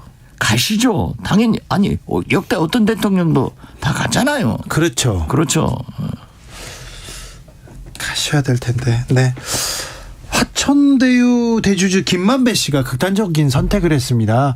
이 변수는 변수라고 이 얘기를 가지고 이렇게 이 생명에는 지장이 없습니다. 국민의힘에서는 이재명 대표가 이제 말을 해야 된다, 대답해야 된다 이렇게 얘기하는데 저는 김만배 씨가 그렇게 극단적 선택을 했다 네. 하는 것은 참 절대 있어서는 안 될 네. 그런 불행한 일입니다. 네. 그렇지만은 불행 중 다행으로 이 생명에는 지장이 없다 하니까 빨리 회복해서 떳떳하게 자기 죄를 인정할 것 인정하고 벌 받을 것 벌 받으면 되는 거예요.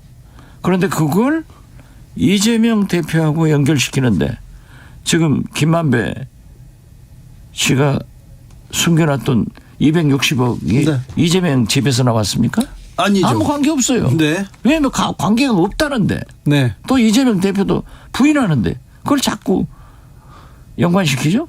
네. 알겠습니다. 그건 아니면 아닌 거예요. 네. 민주당의 노웅래 의원이 체포 동의안이 지금 국회로 넘어와 있는데요. 민주당은 어떻게 선택을 할까요? 고민이 깊어집니다.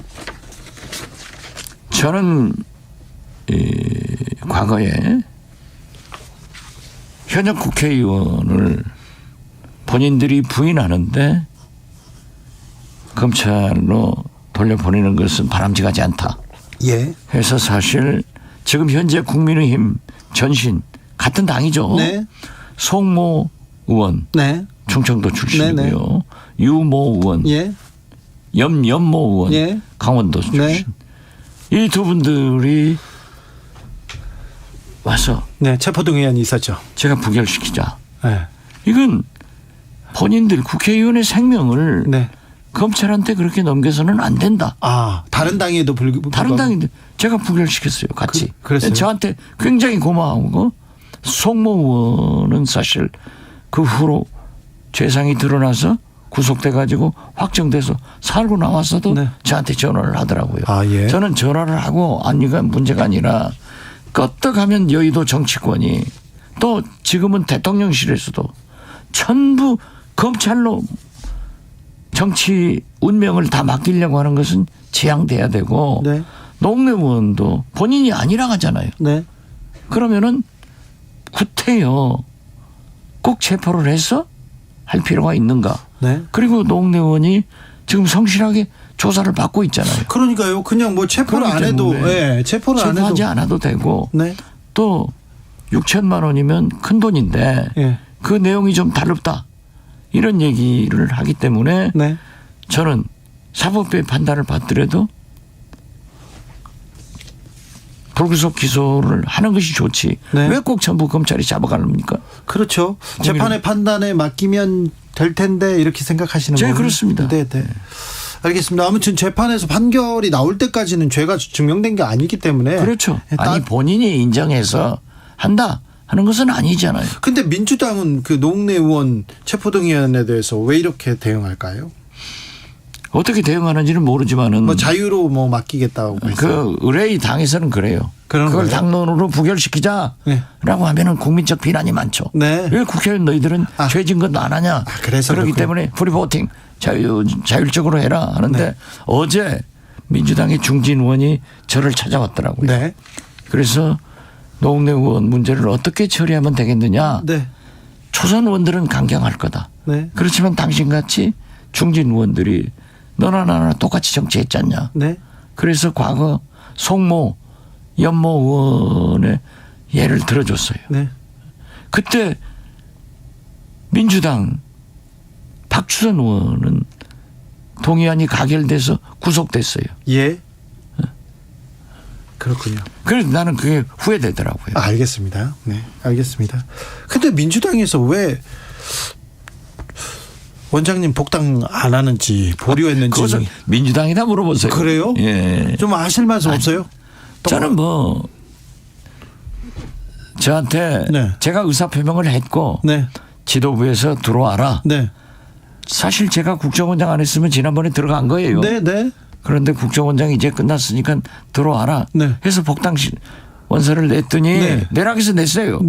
냈더니 전남, 광주 다 찬성했잖아요. 네. 그리고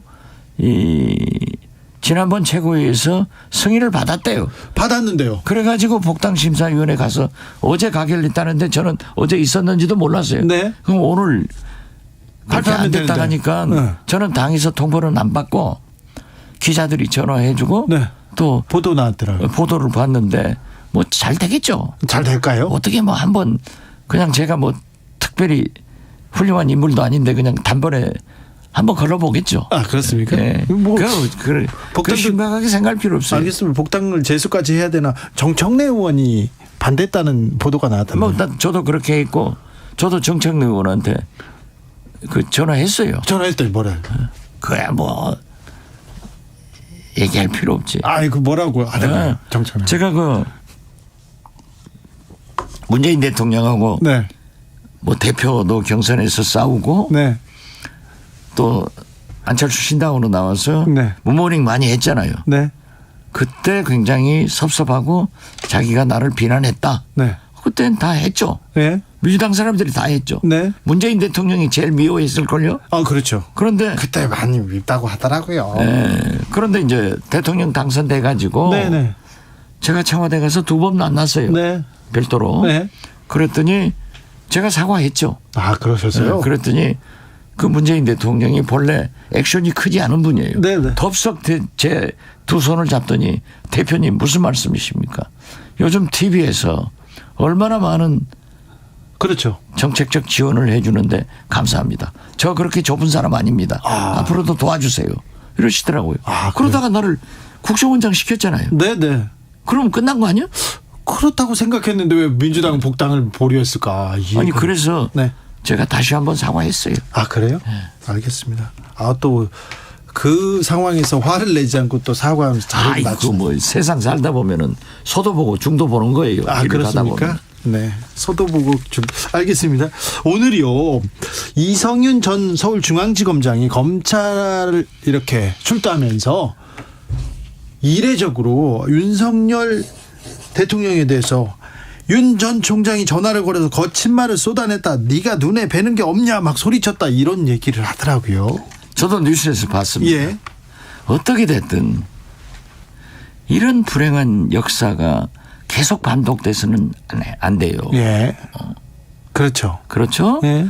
이성윤 서울고검장, 서울중앙지검장 저는 개인적으로 모릅니다. 그렇습니까? 예. 그렇지만은 그러한 검찰 고위직을 한 사람이 지난 문재인 정부에서 윤석열 총장을 네. 어떻게 했다고 해서 또 검찰 고위 간부를 그렇게 소환해서 조사하는 것을 보니까 어쩐지 안 좋은 것 같아요. 그러니까요. 좀 어떻게 보면 나와 반대편에 있는 사람들은 끝까지 보복해 줄래 이렇게 보이기도 해요. 아니 이 프로에 나와서 네. 도올 김용욱 교수가 그러더라고요. 네. 저도 들었어요. 예. 유튜브로 들었어요. 네. 윤석열 대통령은 정치 보복을 할 필요가 없다. 정적이 없는 거예요. 예. 정치를 안 했기 때문에. 그렇죠. 예. 빚진 것도 없고요. 빚진 것도 없고. 예. 그런데 그 검찰 간부들이 그런 일이 있으니까 조사를 하더라도 네. 이성윤 또 고검장도 어떻게 됐든 현직 대통령인데 거기서 그냥 한 방 쏴버리고 가면은 개긴 독일 아니에요? 그렇게 됩니다. 저는 좀 보기가 흉하더라고요. 네. 알겠습니다. 자, 사면 문제도 약간 이상하게 흘러갑니다. 이 사면 문제는 어떻게 풀어야 됩니까? 정치 구단의 지혜가 필요합니다. 제가 사면 문제에 대해서는 진짜 전문가적 경험을 가지고 있습니다. 알겠습니다. 전문가입니다. 야당 예. 원내대표나 김대중 총재를 모시면서도 사면 얘기를 청와대하고 해왔고 예. 김대중 정부 5년도 야당하고 해왔고 네. 그 이후에도 법사위에서도 그 이후에도 제가 쭉 해왔어요. 네. 그런데 네. 사면은 절대적 권한은 대통령에 있습니다. 예.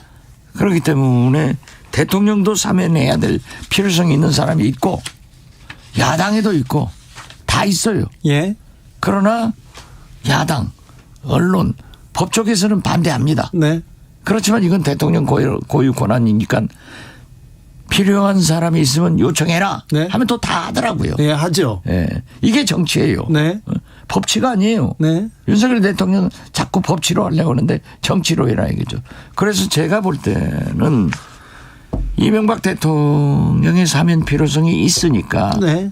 야당에서는 그러면 김경수 지사를 정경심 교수를 얘기를 하잖아요. 네. 김경수 지사는요. 지금 2번 가석방 심사에서 낙방을 했어요. 네, 네. 3번째는 됩니다. 다음 달에 나와요. 그냥 나오게 돼 있어요? 나는 가석방으로 나온다고 봐요. 네네. 나오는데 네. 정치인은 집에 있으나 감옥에 있으나 정치를 못하면 식물인간이에요. 그렇죠. 거기가 감옥이죠. 거기가 감옥인 거예요. 네. 그런데 MB는 연세대 두시고 정치를 안 하면 사면. 네. 정경심 교수도 사면. 네.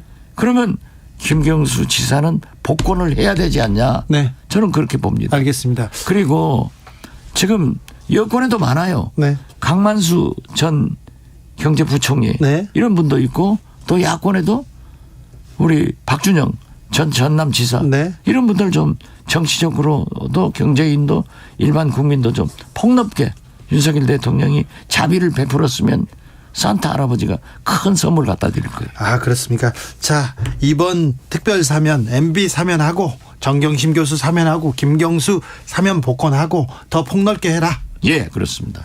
저보다 괜히 제가 얘기했잖아요. 그렇게 정리하면 될 건데. 아니, 제가 혼자 정리할 수 있나요? 원장님이 딱 얘기해 줘야 제가 뒷정리를 하는 거죠. 그리고 이제 자, 예산안, 국정조사 이렇게 어떻게 정리하면 딱 정리해 주시고 가십시오. 예산은 지금 뭐 법인세 네. 이나 1%포인트 가지고 싸우던데요. 네.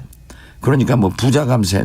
부자 감세 하지 말아야죠. 네, 부자 감세잖아요. 그렇기 때문에 네. 이 민주당 김진표 국회의장이 예. 경제 전문가 아니에요. 예. 그분이 또 세제 전문가입니다. 네. 맞죠. 제일 전문가죠. 우리나라에서. 우리 28살에 고시 합격해가지고 영월 세무서장을 맨 먼저 한 사람이에요. 그렇죠. 또 네. 기재부에서 계속 있었고요. 기재부 차관 뭐. 네. 그렇게 했는데 영월 세무서장까지 나왔어요. 영월 세무서장이 있다니까요. 그건 박전만 알죠. 그런데 근데. 제가 김진표 국회의장을 한덕수 총리나 전부 제가 청와대 픽업하신. 픽업해가지고 네. 제 밑에 있었습니다. 제가 지금 팔자가 이래서 이랬죠. 알았어요. 네. 그런데 네. 자, 어떻게 됐든 그 중재안을 냈어요. 세법도 네. 이재명 대표가 단안 내려줬잖아요. 하자. 네. 그러면은 예산안도 합의됩니다. 네. 그리고 이 가장 바람직한 것은 12월 2일 예. 법정 기일을 지켰으면 제일 좋고 예. 못 지켰으면 자선의 방법으로 12월 9일 정기국회 끝나는 날까지 했으면 좋은데 다 넘겨서 지금 네.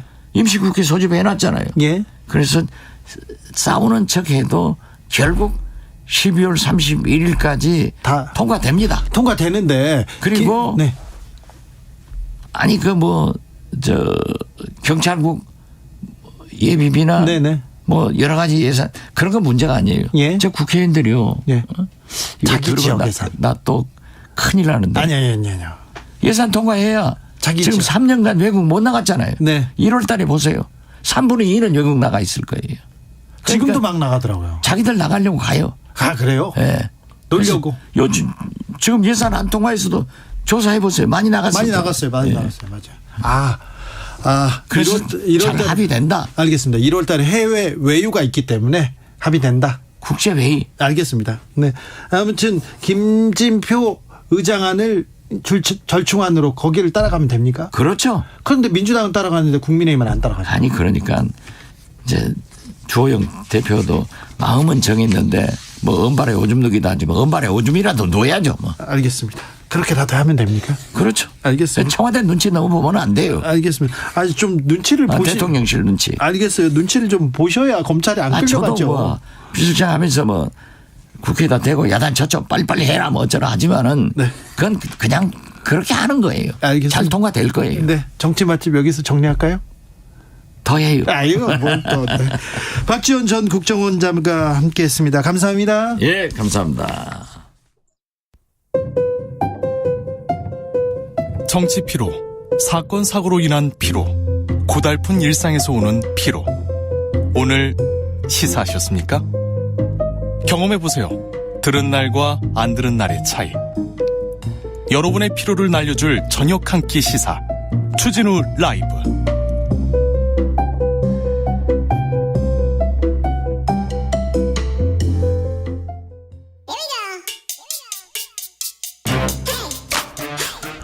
뉴스를 향한 진지한 고민, 기자들의 수다.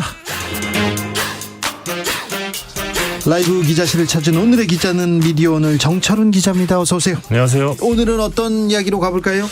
이게 굉장히 큰 이슈가 될 줄 알았는데 너무 이슈가 안 돼서 한번 가져와 봤는데 박성준 국회 이 과방위 국민의힘 간사 실세죠. 실세입니다. 이분이 최근에 공영방송을 가리켜서 하나도 못 먹고 있다 이런 말을 해서 굉장히 저는 놀랐는데 KBS, MBC를 하나도 못 먹고 있다고요? 예. 아 여기가 무슨 음식입니까? 아니면 전리품입니까? 뭐 맛집도 아닌데 저는 이게 상당한 파문이 될 줄 알았는데 의외로 기사가 많이 안 나서 뭐 중앙 언론 보수 언론들 다 입을 닫고 있어서 그런데 굉장히 좀 심각합니다. 예, 상당히 심각한 발언인데. 이거 공개적으로 말했어요? 예, 공개석상 발언이었습니다. 진짜요? 예, 지난 12일이었습니다. 대한민국 언론인 총연합회 창립준비위 발족식이 있었는데 이날 축사에서 공영방송을 가리키면서 우리는 6개월이 지났는데 아무것도 못하고 있다.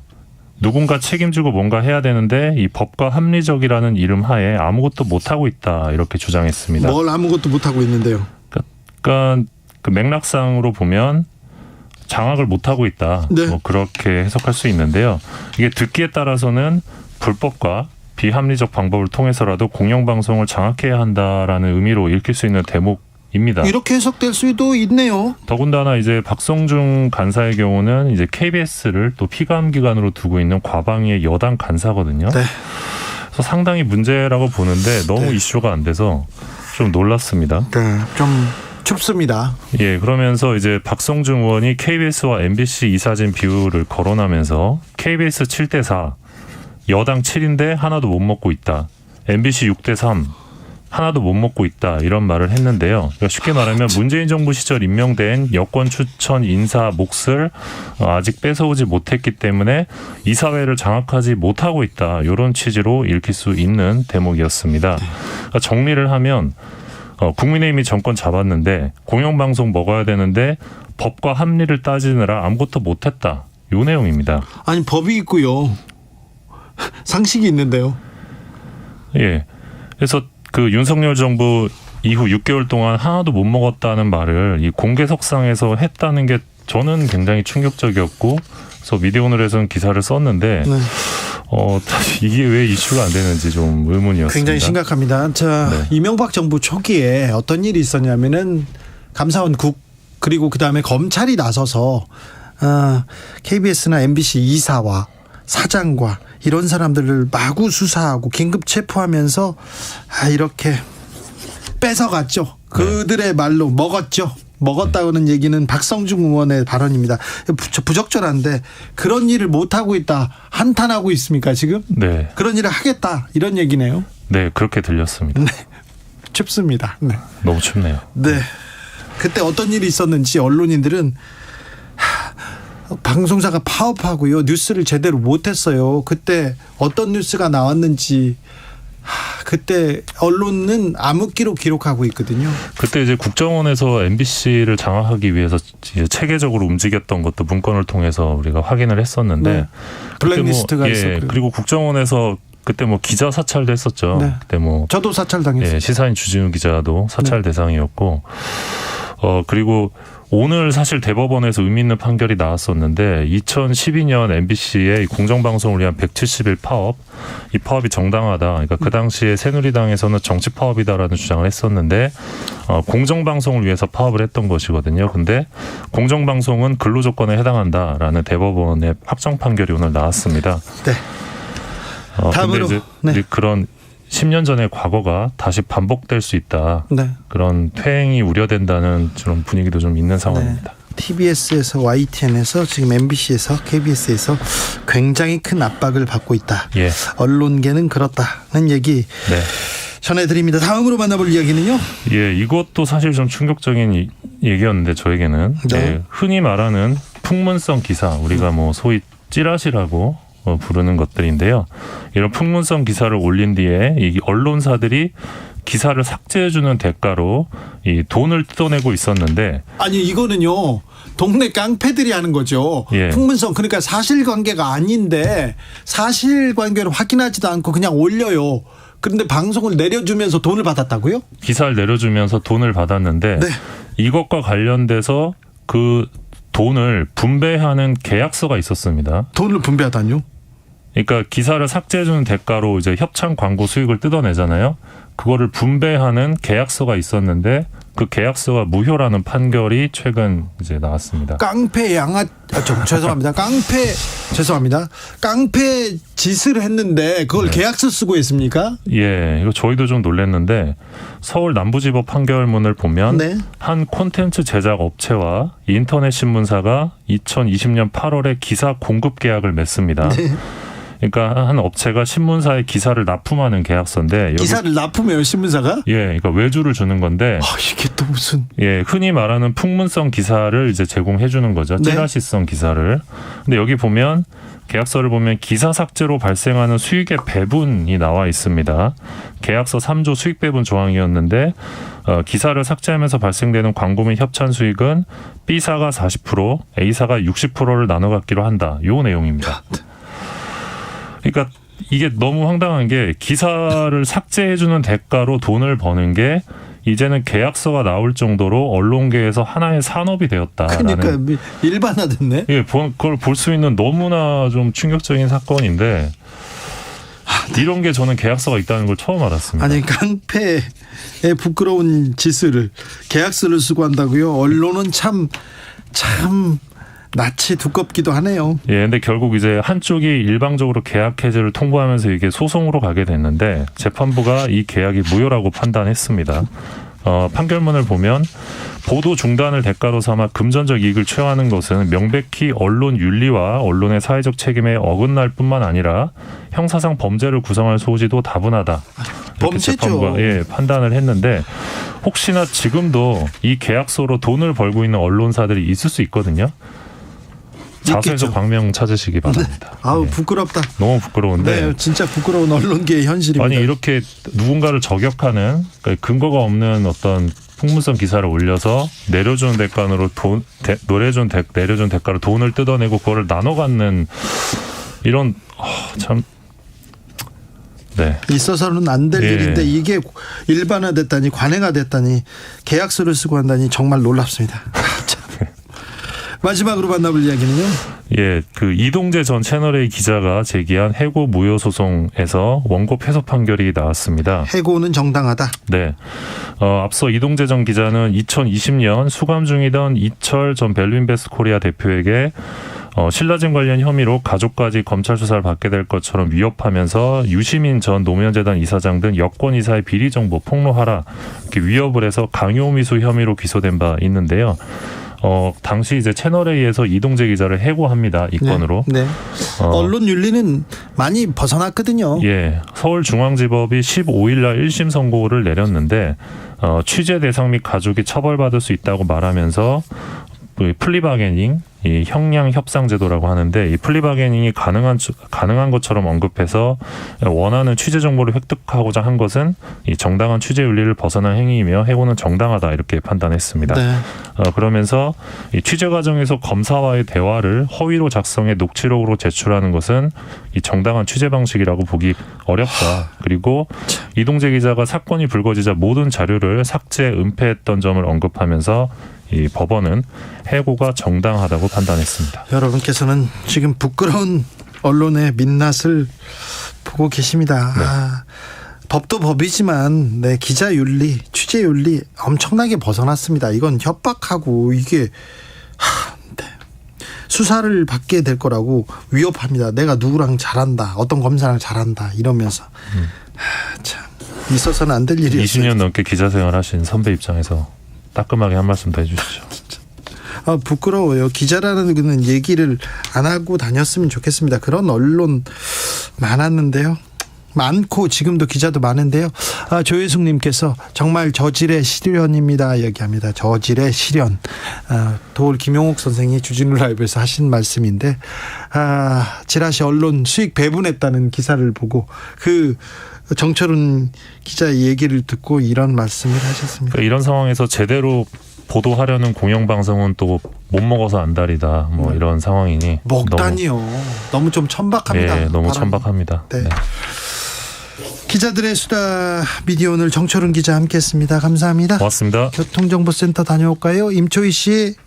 네, 이 시각 교통정보입니다. 서울 시내 주요 도로 대부분의 곳에서 정체가 심합니다. 내부순환도로 성산 방향은 마장에서 사고가 있었던 홍지문 터널까지 많이 막히고요. 이후에는 꽤 빨리 수월해졌습니다. 강변북로 구리 방향은 방화대교에서 양화대교, 다시 서강대교부터 구리시계까지 긴 구간 정체고요. 원효대교 부근 하위 차로에는 사고가 있습니다. 올림픽대로 공항 방향으로는 동호대교 부근 4차로에 고장난 차가 있습니다. 주의해서 지나시고요. 이후 방화대교 쪽으로 쭉 극심한 정체 이어지고 있는데요. 방화대교 부근 1차로에서도 조금 전 사고가 났습니다. 서부간선 지하도로 일찍 방면으로는 입구 부근 2차로에 사고가 있습니다. 성산대교 북단 이전부터 제속도 못 내고요. 같은 방향 안양 쪽으로는 서부간선 도로 고척교부터 금천 나들목까지 20분 넘게 필요합니다. KBS 교통정보센터에서 임초희였습니다.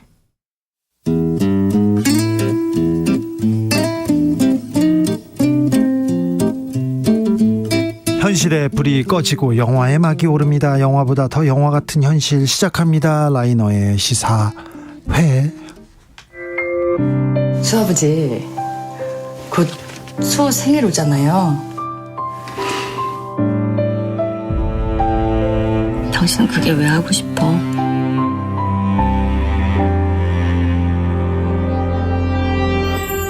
준호아, 그날 수호도 올 텐데.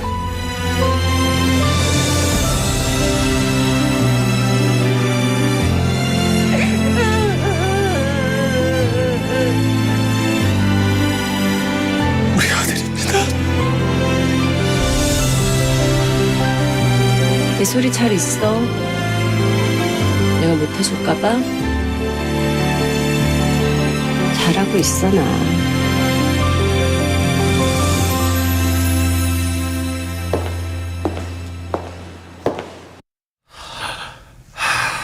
영화 전문 유튜버 라이너, 오늘은 어떤 얘기 만나봅니까? 네, 오늘이 이태원 참사로부터 49일이 되는 날 49제입니다. 네. 굉장히 끔찍했던 기억으로부터 이제 시간이 흐르는 것도 놀랍고요. 49제라는 것도 되게 놀라운데요. 49제는 많은 분들이 잘 아시겠지만 7일 사람이 죽은 다음에 7일째마다 7번에 걸쳐서 총 49일 동안 제를 올리는 불교의 의식입니다. 그렇죠. 특히 이제 49일째 되는 날이 이제 염라대왕에게 심판을 받는 날이라고 여겨서 최대한 예를 다하는, 그래서 고인의 명복을 비는 날인데요. 이승을 떠나는 날이라고 하죠. 네, 그렇습니다. 그래서 오늘은 무거운 마음으로 무거운 주제를 아우를 수 있는 영화를 가지고 왔습니다. 바로 전도연, 설경구 주연의 생일이라는 영화입니다. 생일. 이 영화 세월호 참사와 관련된 영화죠. 네, 생일은 세월호 참사가 벌어진 이후에 거의 최초라고 할 수 있을 정도의 상업 영화인데요. 네. 그 전에도 세월호 관련 이야기를 영화에 쓴 적은 있었습니다. 네. 이정범 감독의 악질 경찰인데요. 거기서도 이제 세월호 참사로 인해서 상처를 입은 소녀가 나오긴 하는데 사건이 좀 조화롭게 어울리진 않는다는 평가가 있었습니다. 생일은 어떻습니까? 이 생일은 그 첫 번째 작품이라 본격적으로 다룬 첫 번째 작품이라고 할 수 있는데요. 일단 이 영화는 어떤 정치적 메시지라든지 사회적 문제를 다루지 않고 철저하게 아들을 잃어버린 부모의 아픔, 친구를 또 이웃을 잃은 사람들의 그 슬픔, 이거를 다루고 있는 작품입니다. 그래서 이 영화가 상업적이라는 비판을 받지 않았었는데요. 네. 그 이유가 아마도 이 영화의 진정성 때문이었다고 생각을 합니다. 네. 그래서 세월호 참사 이후의 삶을 살아가는, 아니 견뎌내야만 하는 그런 유가족의 이야기를 굉장히 담담하게 그 감정을 표현한 그런 영화였다는 생각이 듭니다. 네, 생일, 전도연, 설경구, 우리나라에서 연기하면 첫 손가락에 꼽힙니다. 제가 어떤 남자 배우, 남자 주인공을 밥 먹듯이 하는 배우한테 물어봤어요. 형, 누가 제일 연기를 잘해요? 여자 배우 중에 누구하고 연기하면 좋아요? 그랬더니 전도연이라고 하더라고요. 그리고 여자 배우한테, 그분도 주인공만 하는 여자 배우한테 제가 물어봤어요. 밥 먹다가 누가 연기를 잘해요? 그랬더니 아유, 설경구 선배가 제일 잘한다고 얘기했는데 연기로 하면 첫 손가락입니다, 이분들.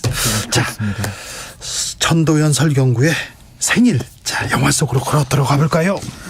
네, 주인공은 정일이라는 인물인데요. 네. 이 정일은 설경구 씨가 연기를 했고요. 오랜 기간 해외에 있었습니다. 해외에 있다가 가족과 떨어져 지내다가 이제 오랜만에 한국으로 다시 돌아온 겁니다. 네. 굉장히 어두운 표정으로 돌아와요. 그리고 오랜만에 집에 찾아갔는데 아내하고 딸이 문을 안 열어줍니다. 너무 오랜만에 와서 그런지 아내는 순남이라고 전도연 씨가 연기를 했는데 네. 어떤 남편에게 맺힌 분노, 증오 이런 것 때문에 집에 문도 안 열어줘요. 네. 그래서 그냥 그 동생 집에 가서 자야 되는 그런 상황이 벌어집니다. 근데 앞부분의 내용은 이제 그 부부가 다시 재회하는 겁니다. 그래서 두 사람은 서로에게 이제 남편은 미안한 마음이 있고 아내는 분노가 아직 풀리지 않았는데 결국은 초등학생 딸 예솔이 때문에 어쩔 수 없이 두 사람이 다시 이렇게 만나서 같이 지낼 수 있게 되죠. 그래서 가족의 일원이 되기도 하고 이렇게 됩니다. 뭐 중간에 뭐 이혼하자 이런 얘기들도 나오는데요. 왜 이렇게 갈등이 컸을까요? 네. 왜 이렇게 아픔이 컸을까요? 그렇습니다. 이 영화의 갈등의 원인이 되는 거는 지금 뭐 다들 예상하셨겠지만 세월호 참사 유가족이거든요. 이 주인공들이. 대신 영화가 계속해서 그날의 사고를 직접적으로 언급하진 않아요. 네. 그 대신 이제 암시를 하고 있습니다. 그러니까 순남이 차를 타고 이렇게 가는데 거기 세월호 관련 서명운동이 벌어지고 있다거나 아니면 귀가 닿는 곳에서 어디선가 뭐 유가족이 어떻고 뭐 이런 이러쿵저러쿵 하는 소리들이 순남을 굉장히 괴롭힙니다. 네. 그러다가 이제 순남이 얼마나 아픔을 가지고 있는 사람인지가 드러나게 되는데요. 네. 거기가 되게 중요합니다. 네. 순남은 자신의 아들, 순남은 자신의 아들 수호와의 관계, 수호가 이제 고등학생인데 계속 이제 수호를 잃어버린 거잖아요. 네. 그 아들 수호를 한순간도 잊지 않고 있었어요. 네. 그래서 자기도 모르게 그 어린 딸에게도 갑작스럽게 화를 내는 일이 생깁니다. 이 영화를 보면은 본인이 화를 내고 싶지 않은데도 말이 거칠게 나와요. 그러니까 딸이 이렇게 반찬 투정을 하면 네 오빠는 먹고 싶어도 못 먹는데 아이고 이러면서 자기 방어적인 얘기를 네. 하는 거죠. 그리고 이제 항상 아들 옷을 삽니다. 아이고. 계절이 바뀌면 수호에게 줄 옷을 쇼핑하러 가는 게 이제 유일한 마음의 안식이라서 그 옷을 사와서 집에 걸어놓고 이렇게 합니다. 정신과 약도 먹고 있는데 네. 굉장히 고통스러워하고요. 방어적이에요. 네. 그래서 아까 인트로 때도 잠깐 나왔지만 왜 생일을 하고 싶어라는 얘기를 하잖아요. 이 영화의 주된 사건이 이 수호의 생일이 다가오니까 생일 잔치를 해주자는 겁니다. 근데 그동안에 순남은 한 번도 생일잔치 안 해줬어요. 네. 그냥 딸 예솔이랑 둘이서만 이렇게 했고요. 특히 유가족과 관련된 모든 곳에 다 안 나갑니다. 관계를 맺지 않으려고 합니다. 그래서 그 사람들이랑 가까워지고 그 사건을 겪은 사람들이랑 같이 겪게 되면은 너무 생각이 많이 나니까 아예 그들을 피하게 되는 거죠. 같은 유가족들을. 그래서 뭐 중간에 무슨 보조금이라는 단어가 나오자마자 순남이 막 화를 내는 장면이 있어요. 그냥 자기는 안 받았다. 그냥 싫다고, 보조금 그냥 싫다고. 그냥 싫으면 안 되는 거냐고 이렇게 물어보는 장면도 있습니다. 이 영화의 가장 슬픈 장면도 그런 순남이 모든 사람과의 교류를 거부하는 그런 장면이거든요. 상처가 너무 커서 그랬던 것 같습니다. 생일도 원래는 안 하려고 했고, 그리고 가족들, 그 다른 유가족들과도 안 만나려고 했는데 가끔씩 순남이 나타나는 이유는 자기가 그동안 가지지 못했던 뭐 수호의 사진이라든지 네. 이런 걸 얻기 위해서 가는 건데요. 네. 이 영화의 가장 큰 슬픔이랄까요? 가장 극적인 장면이 있는데 절대로 눈물을 보이지 않던 순남이 한순간에 무너지는 장면이 있어요. 네. 그게 뭐냐면 그 밤에 그 오작동으로 센서등 이렇게 문 열면 들어오는 네. 센서등이 이렇게 깜빡 켜졌다가 꺼질 때가 있잖아요. 예. 근데 그걸 보면 순남은 아 수호가 왔다 이렇게 생각을 합니다. 센서등이 깜빡하면은 정말 그 장면에서 전도연 씨가 워낙 또 연기를 잘하니까 수호 왔구나 하면서 방으로 들어갑니다. 같이. 수호 방으로 들어가서 아무도 없는데 거기서 이제 대화를 나누는 거예요. 아이고. 그동안 하지 못했던 얘기, 얼마나 그리웠는지. 아이고. 그 얘기를 막 한참 대화를 나누다가 어느 순간 현실이 다가오면 수호의 뭐 교복이나 이런 거 안고서 정말 세상이 떠나가라 울거든요. 네. 그러니까 온 동네 사람들이 잠을 이루지 못할 정도로 대성통곡을 해요. 그래서 주변에 이 이웃들의 반응도 이제 너무 고통스러운 거죠. 이 너무 큰 소리로 우니까 옆에서는 저 소리 때문에 수능을 망쳤다 이렇게 말하는 이웃도 있고 그렇습니다. 이 통곡하는 그 소리가 정말 가슴이 엄청나게 아픈 장면인 거죠. 그래서 그런데도 이 통곡 소리를 하는데 누구 하나 이제 울지 말라고 소리를 치는 사람도 없고 그런 상황입니다. 결국은 이게 이 영화가 전달하려는 주제가 결국 생일을 챙기자는 이 제안, 그 순남이 그걸 거절하게 되는데, 근데 그 순남이 이 제안을 받아들이게 된 것도 사실은 남편이 한 번 더 이끌어줬기 때문이에요. 네. 남편이 그래도 수호 생일 챙겨줘야지 하는 말에 그 다른 친구들도 온다고 하니까 그 얘기를 듣고서 이제 거길 갑니다. 여기에서 이제 모든 사실이 다 드러나요. 그러니까 그때 생일을 하면서 친구들이 이제 수호가 어떤 친구였는지에 대해서 얘기하고 이런 장면들이 나오는데 여기서 이제 2014년 4월 15일, 16일 이런 카톡방 모습이 나오게 되고 그리고 사실은 수호가 맞은 그날에 친구에게 구명조끼를 벗어서 친구를 살려주고 구해주다가 끝내 자기는 빠져나오지 못했다는 얘기가 나와요. 그리고 순남은 하필 그때 전화를 수호가 마지막으로 엄마한테 전화를 걸었는데 순남은 전화를 받지 못했습니다. 그리고 자기가 사고가 난 줄도 모르고 있었다는 고백을 해요. 그 마지막 전화를 받아주지 못했던 거죠. 네. 그리고 아버지인 정일은 하필 베트남에서 송사에 휘말려서 그래서 그 구치소에 들어가 있느라 한국에 돌아올 수도 없었습니다. 그래서 이 전도연 그 순남의 이 토해내는 듯한 슬픔 네. 이런 게 드러나면서 그 주변에서 이제 위로하는 장면들 이런 걸 통해서 어떤 수호라는 인물을 둘러싼 주변의 사람들이 수호 얘기를 하면서 이 아픔을 조금씩 덜어내는 그래서 모두 함께 힘을 모아서 이 미안함, 고마움, 슬픔을 함께 나눌 때 이 극복이 가능하지 않겠느냐는 그런 메시지를 조심스럽게 영화가 하려고 합니다. 그래서 이 영화는 그날의 일이라든지 그날의 수호의 어떤 행동이라든지 그런 걸 전혀 묘사하지 않습니다. 왜냐하면 이 영화는 이 남겨진 사람들의 이야기이기 때문입니다. 라이너가 영화 생일을 추천하는 이유는요? 네, 이태원 참사가 지나갔는데요. 여전히 아픔이 존재하고 있고요. 네. 저는 시간이 흘러서 이런 슬픈 일이 없을 줄 알았어요. 그리고 이런 같은 실수를 계속하지 않을 거라고 생각했는데 참 이해할 수가 없습니다. 너무 어처구니 없습니다. 서울 한복판에서 이렇게 많은 젊은이들을. 네, 이 영화 생일을 보면 세월호 참사에서 살아남은 한 여학생이 나옵니다. 네. 사람을 두려워하고요. 굉장히 방어적으로 행동하는 모습이 나와요. 네. 누가 물어보거나 너 혹시 누구 아니니? 그러면 도망쳐요. 네. PTSD라는 게 그렇게 무서운 후유증인 것 같습니다. 전쟁 영화의 주인공들이 겪는 그 끔찍한 후유증인데 그걸로 인해서 또 안타까운 결정을 한 사람도 나오고 이런 부분들 충분히 예상할 수 있는 거였는데도 막을 수도 있었고요. 우리가 아무것도 하지 못하고 한 발도 나아가지 못하는 게 예. 그리고 그런 부분들이 전 되게 비참하다는 생각이 들었습니다. 네. 참 영화에서 전도연 씨가 오열하던 모습이 떠오르는데요. 그 아까 설명하셨던 그 대단한 배우가 대신 울어줬다는 생각을 많이 했어요. 그래서 앞으로는 이렇게 모두가 우는 이런 일이 없었으면 좋겠습니다. 네.